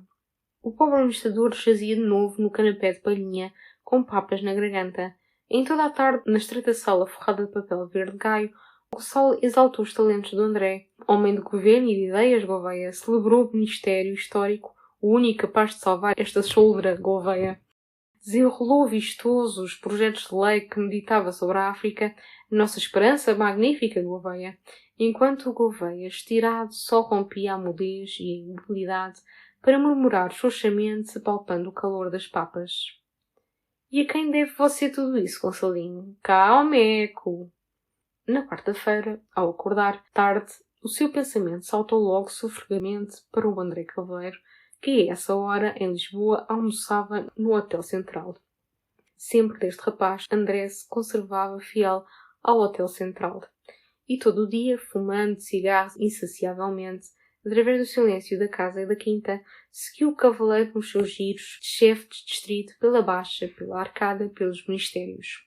Naturalmente jantaria com o tio Reis Gomes, ministro da Justiça. Outro convidado certamente seria o José Ernesto, ministro do Reino, condiscípulo do cavaleiro, seu confidente político, nessa noite, pois tudo se decidia. Amanhã, pelas 10 horas, tenho cá telegrama do André. Nenhuma notícia chegou à torre, e o fidalgo passou a lenta quinta-feira à janela, vigiando a estrada poeirenta por onde subiria um moço telégrafo, um rapaz gordo, que ele conhecia pelo boné desoleado e pela perna manca. À noitinha, intoleravelmente inquieto, mandou um moço a Vila Clara. Talvez o telegrama arrastasse, esquecido, pela mesa daquela besta do Nunes do telégrafo. Não havia telegrama para o fidalgo. Então ficou certo de surgir em Lisboa dificuldades. Em toda a noite, sem sossego, uma indignação que rolava e crescia. Imaginou o cavaleiro cedendo molemente a outras exigências do ministro, aceitando com servilismo para Vila Clara a candidatura de algum imbecil da Arcada, de algum chulo escrevinhador do partido. Pela manhã injuriou o Bento por lhe trazer tão tarde os jornais e o chá. E não há telegrama nem carta? Não há nada. Bem, fora traído, pois nunca aquele infame cavaleiro transporia a porta dos punhais. De resto, que lhe importava a burlesca eleição, mercê de Deus que lhe sobravam outros meios de provar superiormente o seu valor e bem superiores a uma encebada cadeira de São Bento. Que miséria! Na verdade, curvar o seu espírito e o seu nome ao rasteiro serviço do Sr. Fulgêncio, o obeso e horrendo careca, e resolveu logo regressar aos cimos puros da arte, ocupar altivamente todo o dia no nobre e elegante trabalho da sua novela. Depois de almoço, ainda abancou com esforço, remexeu nervosamente as tiras de papel. De repente, agarrou o chapéu, abalou para Vila Clara para o telégrafo. O Nunes não recebera nada para Sua Excelência. Correu coberto de suor e pó à administração do conselho. O senhor administrador partira para Oliveira. Positivamente vencera outra combinação. Eis a sua confiança burlada, e recolheu à torre, decidido a tomar um esforço tremendo do cavaleiro por tanta injúria amontoada sob o seu nome, sobre a sua dignidade. Toda a abafada e enovoada sexta-feira a consumiu amargamente, meditando esta vingança que queria bem pública e bem sangrenta. A mais saborosa, a mais simples, seria rasgar a bigodeira do infame com chicotadas na escadaria da Sé, um domingo à saída da missa. Ao escurecer, depois do jantar que mal da bicara, naquele despeito e humilhação que o pungiam, envergou o casaco para voltar a Vila Clara. Não entraria no telégrafo, já com vergonha do Nunes, mas gastaria a noite na Assembleia, jogando bilhar, tomando um alegre chá, lendo risonhamente os jornais regeneradores, para que todos recordassem a sua indiferença, se por acaso mais tarde conhecessem a trama em que resvalara. Desceu ao pátio, onde as árvores adensavam a sombra do crepúsculo, carregado de fuscas nuvens, e abriu o portão quando esbarrou com um rapaz que se esbaforia sobre a perna manca e gritava: "É um telegrama!" Com que voracidade lhe o arrancou das mãos. Correu à cozinha, ralhou desabridamente à rosa pela falta de luz tardia e, com um fósforo a arder nos dedos, devorou num lampejo as linhas benditas. Ministro aceita, tudo arranjado. O resto era o cavaleiro lembrando que no domingo o esperava em Corinde, às 11, para almoçarem e conversarem.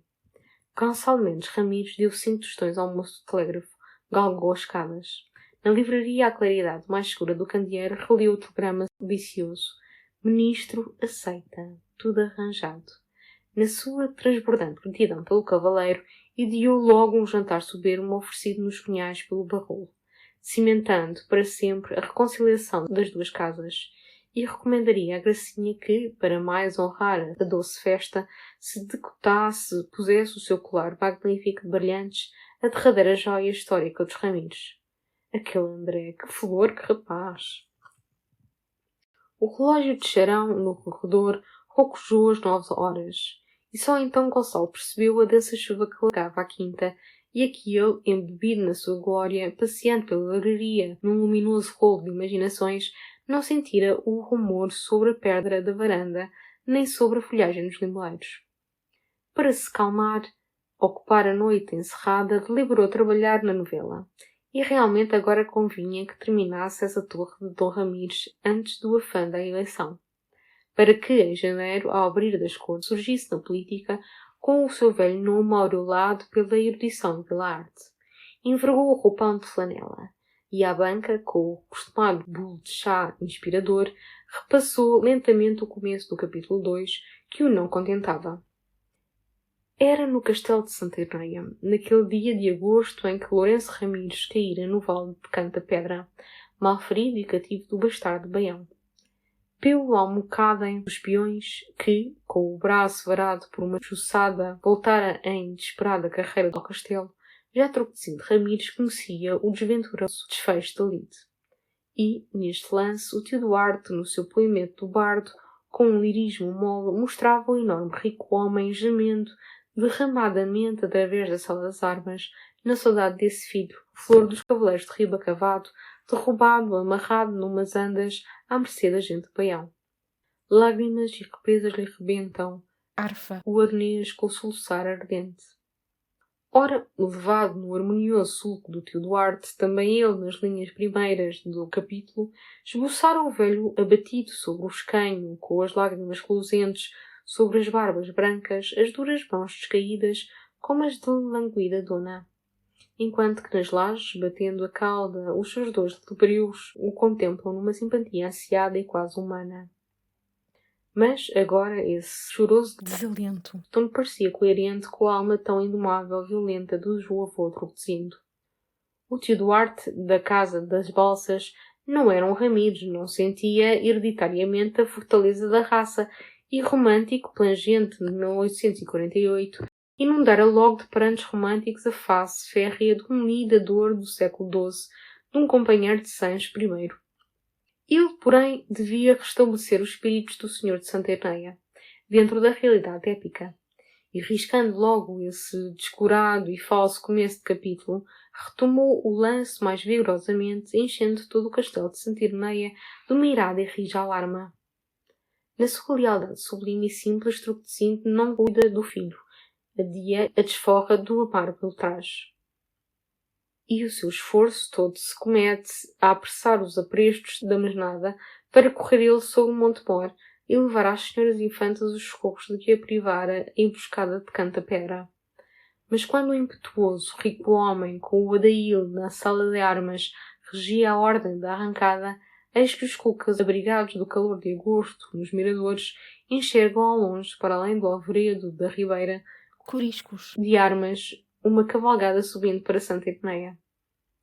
O vílico, o gordo e azafamado Ordonho galga arquejando aos irados da Torre Alberrão e reconhece o pendão do lobo de Baião, o seu toque de trombas à mourisca arrastado e triste no silêncio dos campos.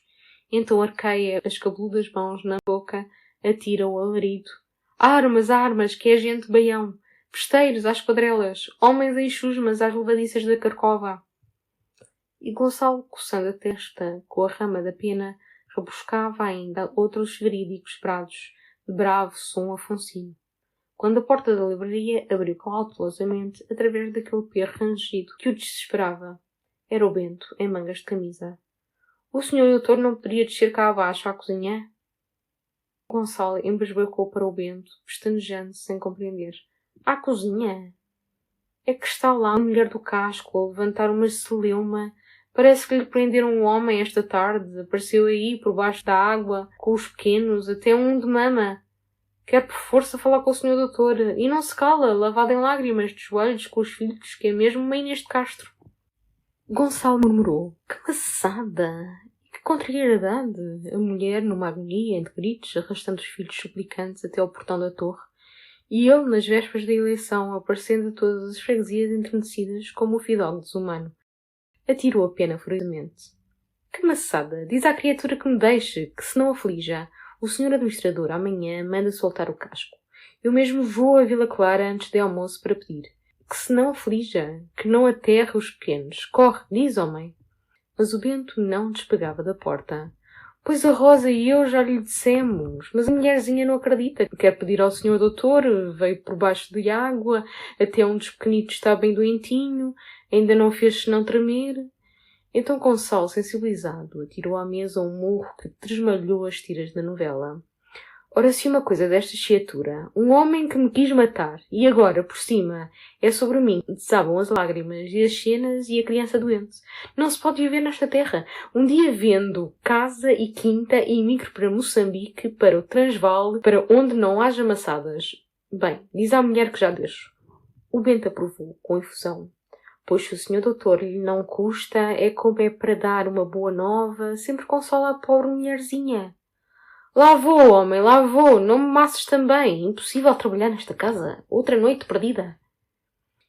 Enfiou violentamente para o quarto, atirando as portas, com a ideia de meter na algibeira do roupão 2 notas de 10 tostões que consolariam os pequenos. Mas diante da gaveta recuou vexado.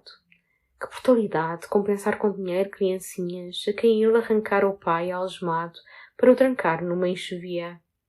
Agarrou simplesmente numa boceta de alperces secos, dos famosos alperces do convento de Santa Brígida de Oliveira, que na véspera lhe mandara gracinha, e, cerrando lentamente o quarto, já se arrependia da sua severidade tão estouvada que assim desmanchava a quietação de um casal.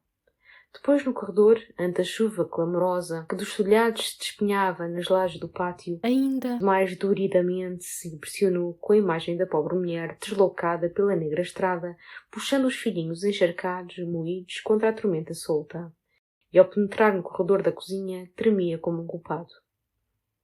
Através da porta envidraçada sentiu logo a Rosa e o Bento consolando a mulher, com uma palradora confiança quase risonhos. Mas os ais dela, ruidosos lamentos pelo seu rico homem, ressoavam mais agudos como o rebater e o abafar toda a consolação. E apenas Gonçalo empurrou timidamente a porta, quase acuou no espanto e medo daquela aflição estridente que se arremessava para ele e para a sua misericórdia. De rojos nas lajes, torcendo as magras mãos sobre a cabeça, toda de negro, parecendo mais negra e dolorosa contra a vermelhidão do lençol estendido que secava ao lume forte da lareira, a criatura estalara num tumulto de súplicas e gritos. Ai, meu rico senhor, tenha compaixão! Ai, que me prenderam o meu homem, que me vão mandar para a África de dado! Jesus, meus filhinhos da minha alma que ficam sem pai! Ai, pelas suas almas, meu senhor, e por toda a sua felicidade!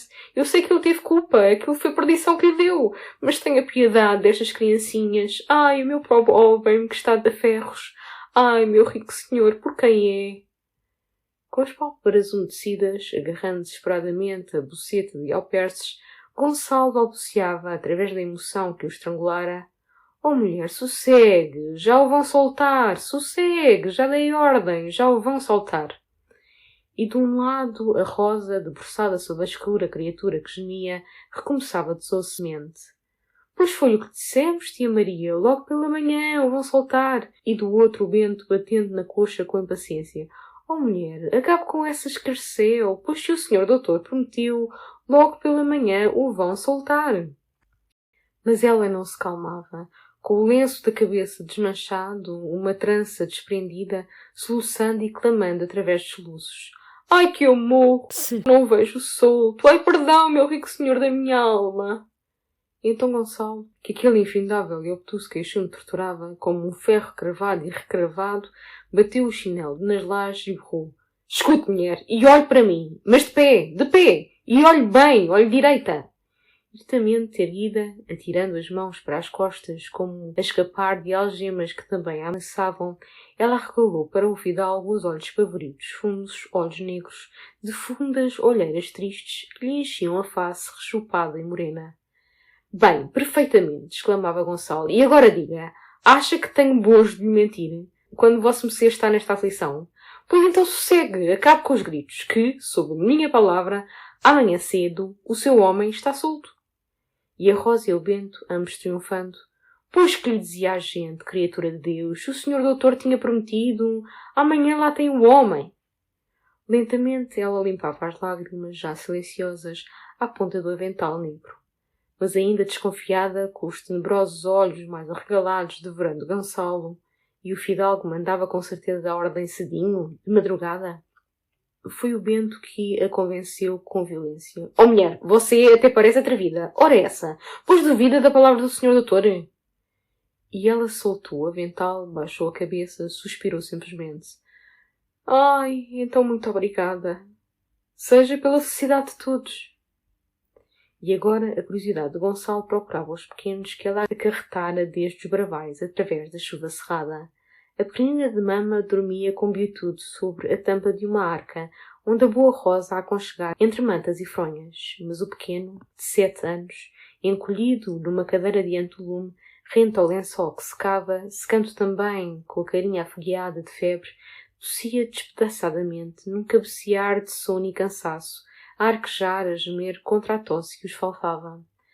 Gonçalo pousou a boceta do alperces na arca, palpou a mão com que ele, sem cessar, raspava pela abertura da camisa encardida o peito ainda mais encardido. Mas esta criança tem febre. E você, com uma noite destas, traz o pequeno assim desde os bravais, mulher? Da cadeirinha baixa, onde se sentara postada, ela murmurou, sem erguer a magra face, torcendo a ponta do avental. Ai, era que eles também pedissem, que estavam sem pai, coitadinhos. Fosse-me a doida mulher e pretende talvez voltar para os bravais debaixo d'água com as crianças? Ela suspirou. Ai, volto. Não posso deixar sozinha a mãe do meu homem, que tem 80 anos e está entrevada. Então o Fidalgo cruzou descoroçoadamente os braços, no embaraço daquela aventura em que, por culpa da sua ferocidade, se arriscavam 2 crianças. Mas a Rosa entendia que a pequenina, a de mama, não sofreria com a caminhada, bem chegadinha ao colo da mãe, debaixo de uma manta grossa. Agora o outro, com a tosse, com a febre. Esse fica cá, exclamou logo Gonçalo decidido. Como se chama ele? Manuel? Bem, o Manuel fica cá, e vá descansada que a senhora Rosa toma cuidado. Precisa uma boa gemada, depois um bom suadouro. Um destes dias lá lhe aparece nos bravais curado e mais gordo. Vá sossegada. De novo a mulher suspirou no cansaço imenso que invadira e amolecia, e sem resistir, no seu longo e abatido hábito de submissão, pois sim, senhor, se o fidalgo manda, está muito bem. O Bento, entreabrindo a porta do pátio, anunciava uma aberta, um negrume a levantar. Gonçalo imediatamente apressou a volta aos bravais. E não tenha medo, mulher. Vai um moço da quinta com uma lanterna e um guarda-chuva para abrigar a pequena. Escute, vosso Mecê até podia levar uma capa de borracha. Ó Bento, corre, deixa a minha capa de borracha, a nova, a que comprei em Lisboa. E quando o Bento trouxe o impermeável de longa romeira, o lançou por sobre os ombros da mulher que o estofo rico intimava, com o seu ruge-ruge de seda, foi na cozinha uma divertida risada. O pranto passara com uma chuva. Agora era uma visita amorável, findando num arranjo alegre de agasalhos. A Rosa apertava as mãos, banhada de gosto. Assim é que vosso Mecê fica uma bonita madama, hein? Se fosse dia, olhe que se juntava gente. A mulher sorria, enfim, descuradamente, sem interesse. Ai, nem sei que pareço. Que avantesma! Através do pátio, onde as acácias gotejavam docemente, Gonçalo acompanhou o rancho até à porta do pomar, gritando ainda «Agasalhem bem a pequena!» quando já a lanterna do moço se fundiu na úmida espessura da noite desacalmada. Depois, na cozinha, batendo contra as lajes das solas dos chinelos molhados, apalpou novamente o Manuelzinho, que adormecera num sono roquejado, torcido sobre as costas da cadeira. Tem pouca febre, mas precisa um suador forte e, antes de o cobrirem bem, um leite quente, quase a ferver, com conhaque. O que ele precisava também era ser esfregado a coco. Que porcaria de gente. Enfim, fica para mais tarde, quando se curar. E agora, oh Rosa, manda acima alguma coisa para eu cear, coisa sólida, que não jantei, e o sarau foi tremendo. Na livraria, depois de mudar os chinelos, descansar, Gonçalo escreveu ao Gouveia uma carta reclamando com comovida urgência a liberdade do casco e acrescentava: é o primeiro pedido que lhe faz o deputado por Vila Clara. Cumprimente. Porque acabo de receber telegrama do nosso André anunciando que tudo feito, o ministro concorda, etc. De sorte que precisamos de comunicar. Queira, pois, vossa mercê, vir jantar amanhã a esta sua torre, à sombra do Titó, e com o acompanhamento de Dirinha. Estes 2 beneméritos são indispensáveis para que haja apetite e harmonia, e rogo, Gouveia amigo, que os avise do festim para me evitar a remessa de circulares eloquentes. Lacrada a carta, retomou languidamente o manuscrito da novela e, trincando a rama da pena, ainda procurou vozes de bom saber medieval para aquele lance em que o Vílico e as Roldas enxergaram a cavalgada do bastardo pela encosta da ribeira com os refugidos de armas sob o rijo sol de agosto. mas a sua imaginação, desde a carta escrita ao Gouveia pelo deputado de Vila Clara, escapava-se desassossegadamente da velha honra de Santa Irneia. Esvoaçava teimosamente para os lados de Lisboa. da Lisboa do Sr. Fulgêncio. E o eirado da Torre Albarrã, onde o gordo Ordonho gritava esbaforido, incessantemente se desfazia como névoa mole, para sobre ele surgir, apetitoso e mais interessante, um quarto do Hotel Bragança com varanda sobre o Tejo. Foi um alívio quando o Bento o apressou para a ceia. E à mesa espalhou livremente a imaginação por Lisboa, pelos corredores de São Carlos, por sob as árvores da avenida, através dos antiquados palácios dos seus parentes em São Vicente e na Graça, através das salas mais modernas de cultos e alegres amigos, parando às vezes diante de visões que se considerava com um riso deleitado e mudo. Alugaria aos meses, certamente, uma carruagem da companhia, e para as sessões de São Bento sempre luvas cor de pérola, uma flor no peito. Por comodidade levava o Bento, bem apurado, com casaca nova. O Bento entrou com uma garrafa de conhaque numa salva.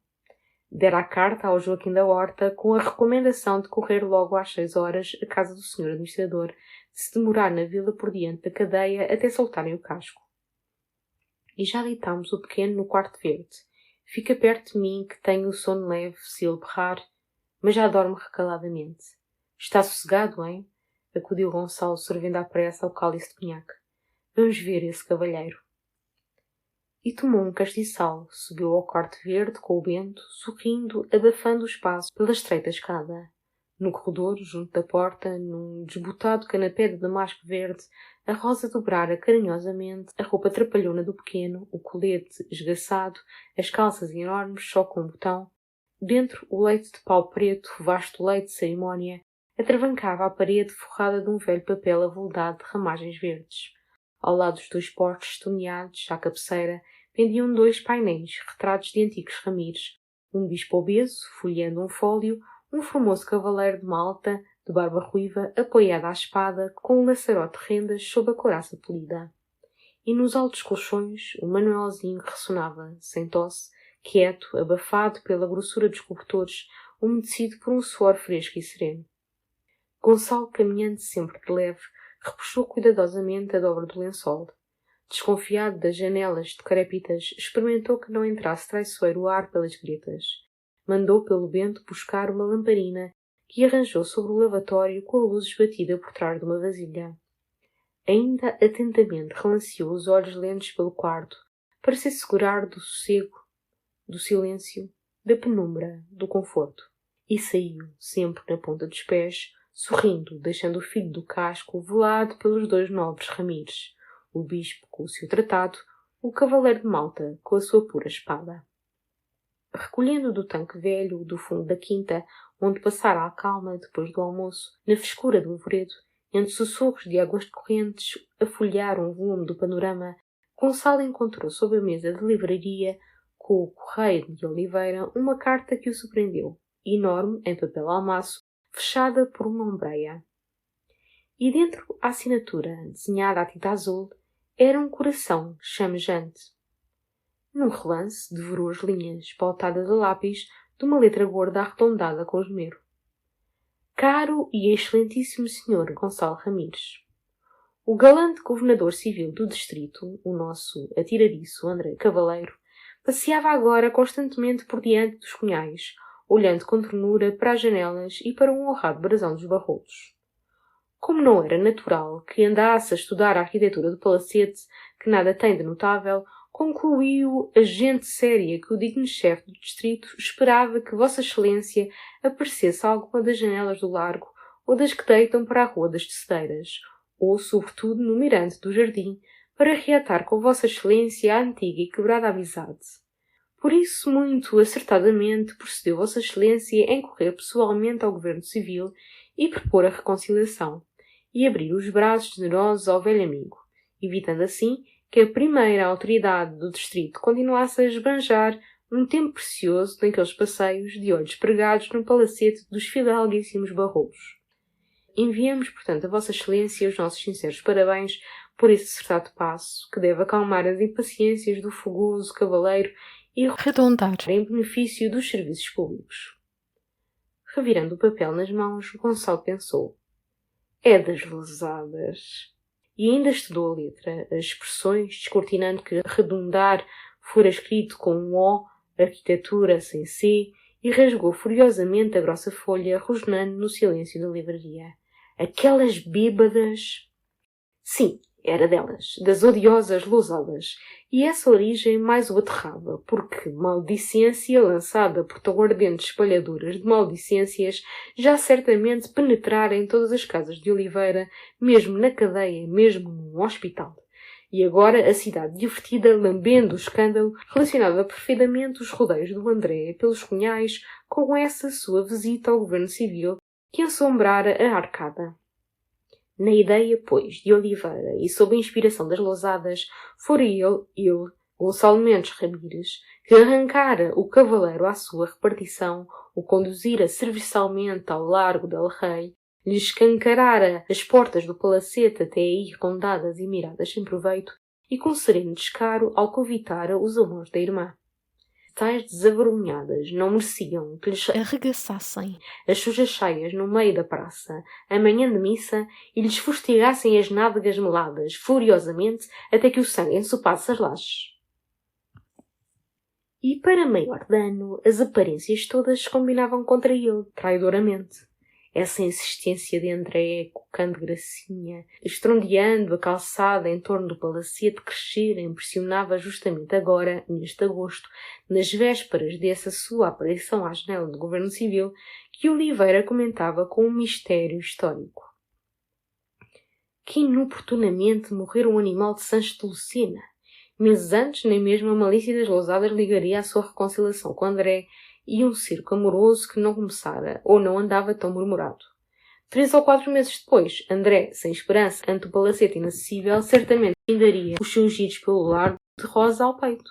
Mas não, infelizmente, quando esse André, com maior estrépido, ronda a porta almejada, é que ele acode e abraça o rondador e lhe facilita a porta. E assim a maldicência das lousadas encontrava uma base a que todos na cidade podiam palpar a substância e a solidez, e sobre ela se erigia uma verdade pública: infames lousadas. Mas agora, o quê? Manter rigidamente as suas relações com o cavaleiro dentro da política, evitando escorregadias de intimidades que o tornassem logo nos Cunhais, como outrora na Torre, o convívio desejado? Como poderia? Desde que ele se reconciliava com André, logo e tão naturalmente como a sombra segue a inclinação do ramo, se reconciliava também o Barrol, seu cunhado e sua sombra. Mas como impor ao Barrol que a sua renovada familiaridade com o cavaleiro se realizasse unicamente dentro da política, como dentro de um lazareto? Eu sou outra vez o velho amigo do André. Tu, Barrol, também, mas nunca o convides para a tua mesa, nem lhe abras a tua porta. Imposição desconcertada de dura impertinência. E que, na pequena Oliveira, logo os fáceis encontros, a simplicidade hospitaleira do Barrol, quebrariam como um barbante poído. E depois, que grotesca atitude a sua, ir-te diante do portão do palacete, como o arcanjo São Miguel, de bengala de fogo na mão, para assustar a intrusão de Satanás, chefe do distrito. Mas também que toda a cidade largasse a cochichar pelos cantos o nome de Gracinha, embrulhado ao nome de André, com o nome dele, Gonçalo, emaranhado outra vez como um fio favorável que os atara, era horrível. E na impaciência desta dificuldade, de malhas tão ásperas que tanto feriam, terminou por esmurrar a mesa revoltado. Irra, que maçada! São tudo maçadas nestas terras pequenas e costelheiras. Em Lisboa, quem se importaria que o senhor governador civil passeasse no certo largo, e que certo fidalgo da Torre se reconciliasse com o senhor governador civil? Pois acabou. Romperia soberbamente para diante como se habitasse Lisboa, desafogado de mexericos e de malignos olhinhos a cocar. Era Gonçalo Mendes Ramires, da casa de Ramires, 1000 anos de nome e de solar. Dominava bem acima de Oliveira de todas as suas lousadas. E não só pelo nome, louvado Deus, mas pelo espírito.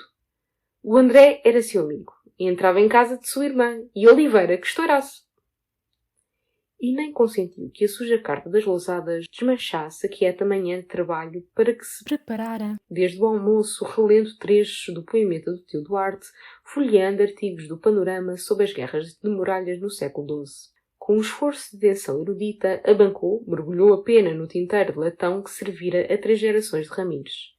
E enquanto repassava as tiras trabalhadas, nunca o castelo de Santa Ireneia lhe parecera tão heroico. de tão soberana estatura, sobre tamanha colina de história, sobranciando o reino que em torno dele se alargara, se cobria de vilas e messes pelo esforço dos seus castelões. Temerosa com efeito, se erguia a antiga honra de Santa Irneia, nessa afonsina manhã de agosto e o rijo sol, em que o pendão do bastardo surgira entre fugiles de armas, para além de arvoredos da ribeira. Já por todas as ameias se apinhavam os besteiros, espiando encurvadas as bestas, das torres e árvores subia o fumo grosso do breu, fervendo nas cubas para despejar sobre os homens de Baião que tentassem a escalada. O Adail corria pelas quadrelas, relembrando as traças de defesa, revistando os feixes de virotões, os pedragulhos de arremesso. E, no imenso terreiro por entre os alpendres colmados, surdiam velhos solarengos, servos do forno, servos da abgoaria, que se benziam com terror, puxando pelo saião de algum apressado homem de rolda para saber da hoste que avançava. No entanto, a cavalgada passara a ribeira sobre a rude ponte de pau. Já, por entre os álamos, serenamente se acercava do cruzeiro de granito, outrora erguido nos confins da honra por Gonçalo Ramires, o cortador. E, no sossego da manhã abrasada, mais fundamente ressoaram as buzinas do bastardo e o seu toque lento e triste à morisca. Mas quando Gonçalo, elevado no trabalho, tentava reproduzir com termos bem sonoros, avidamente rebuscados no dicionário de sinónimos, o toar arrastado das buzinas de Baião, sentiu realmente, do lado da torre, um gemer de sons graves que crescia através dos limoeiros. Detive a pena. E eis que o fado dos Ramires se eleva ofertadamente da horta encenada para a faranta florida de Madre Silva. Ora, quem te vê solitária, torre de Santa Irneia, videirinha! Correu alvoroçadamente à janela, um chapéu coco tremulou entre os ramos, um brado estrugiu aclamador. Viva o deputado pela Vila Clara! Viva o ilustre deputado Gonçalo Ramires! No violão rompera triunfalmente o hino da carta. Videirinha, alçado na biqueira das botas vespeadas de Dona Nis, gritava Viva a ilustre casa de Ramires! E por baixo do chapéu coco, sacudido com delírio, João Gouveia, sem poupar a garganta, urrava Viva o ilustre deputado por Vila Clara! Viva! Mas chosamente Gonçalo, lagado de riso, estendeu da varanda o braço eloquente. Obrigado, meus queridos concidadãos, obrigado. A honra que me fazeis, vindo assim, nesse formoso grupo, o chefe glorioso da administração, o inspirado farmacêutico, Mas reparou, e o Titó? O Titó não veio? Ô João Gouveia, você não avisou o Titó? Repondo sobre a orelha o chapéu coco, o administrador, que arvorava uma gravata de cetim escarlate, declarou o Titó um animal. Estava combinado virmos todos três. Até ele devia trazer uma dúzia de foguetes para estalar aqui com o hino. A reunião era ao pé da fonte, mas o animal não apareceu. Em todo o caso, ficou avisado. Avisadíssimo. E se não vier, é traidor. Bem, subam vocês, gritou Gonçalo. Eu, num instante, me visto. E para aguçar o apetite, proponho um vermute. Depois, uma volta pela quinta até ao Pinhal. Imediatamente, Videirinha, teso, empinando o violão, meteu pela rua larga da horta, recoberta de parreira, e atrás de João Gouveia atirava os passos em cadência nobre, alçando o guarda-sol como um pendão. Quando Gonçalo entrou no quarto, berrando pelo bento e por água quente, o fado dos Ramires soava, em trinados heróicos, através do feijoal, por sob a janela aberta onde secava o lençol de banho.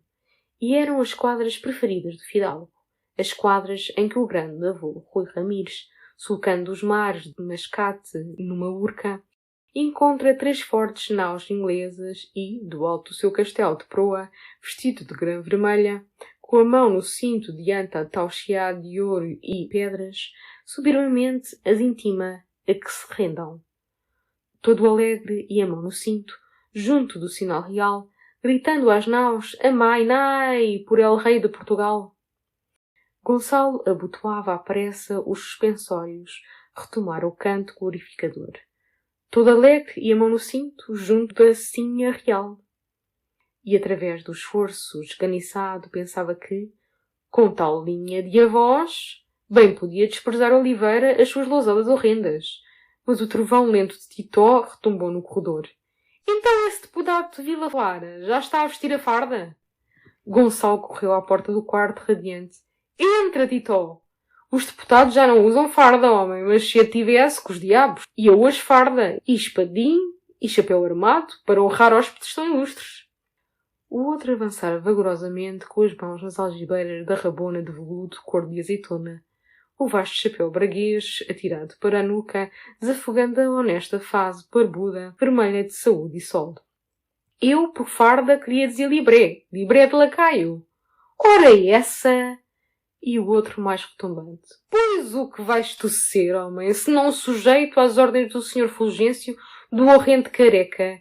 Não lhe serves o chá quando ele te mandar, mas quando ele te mandar votar, votas. Ali, direitinho, às ordens. Oh, Ramires, volta lá! E Ramires jaz, vota.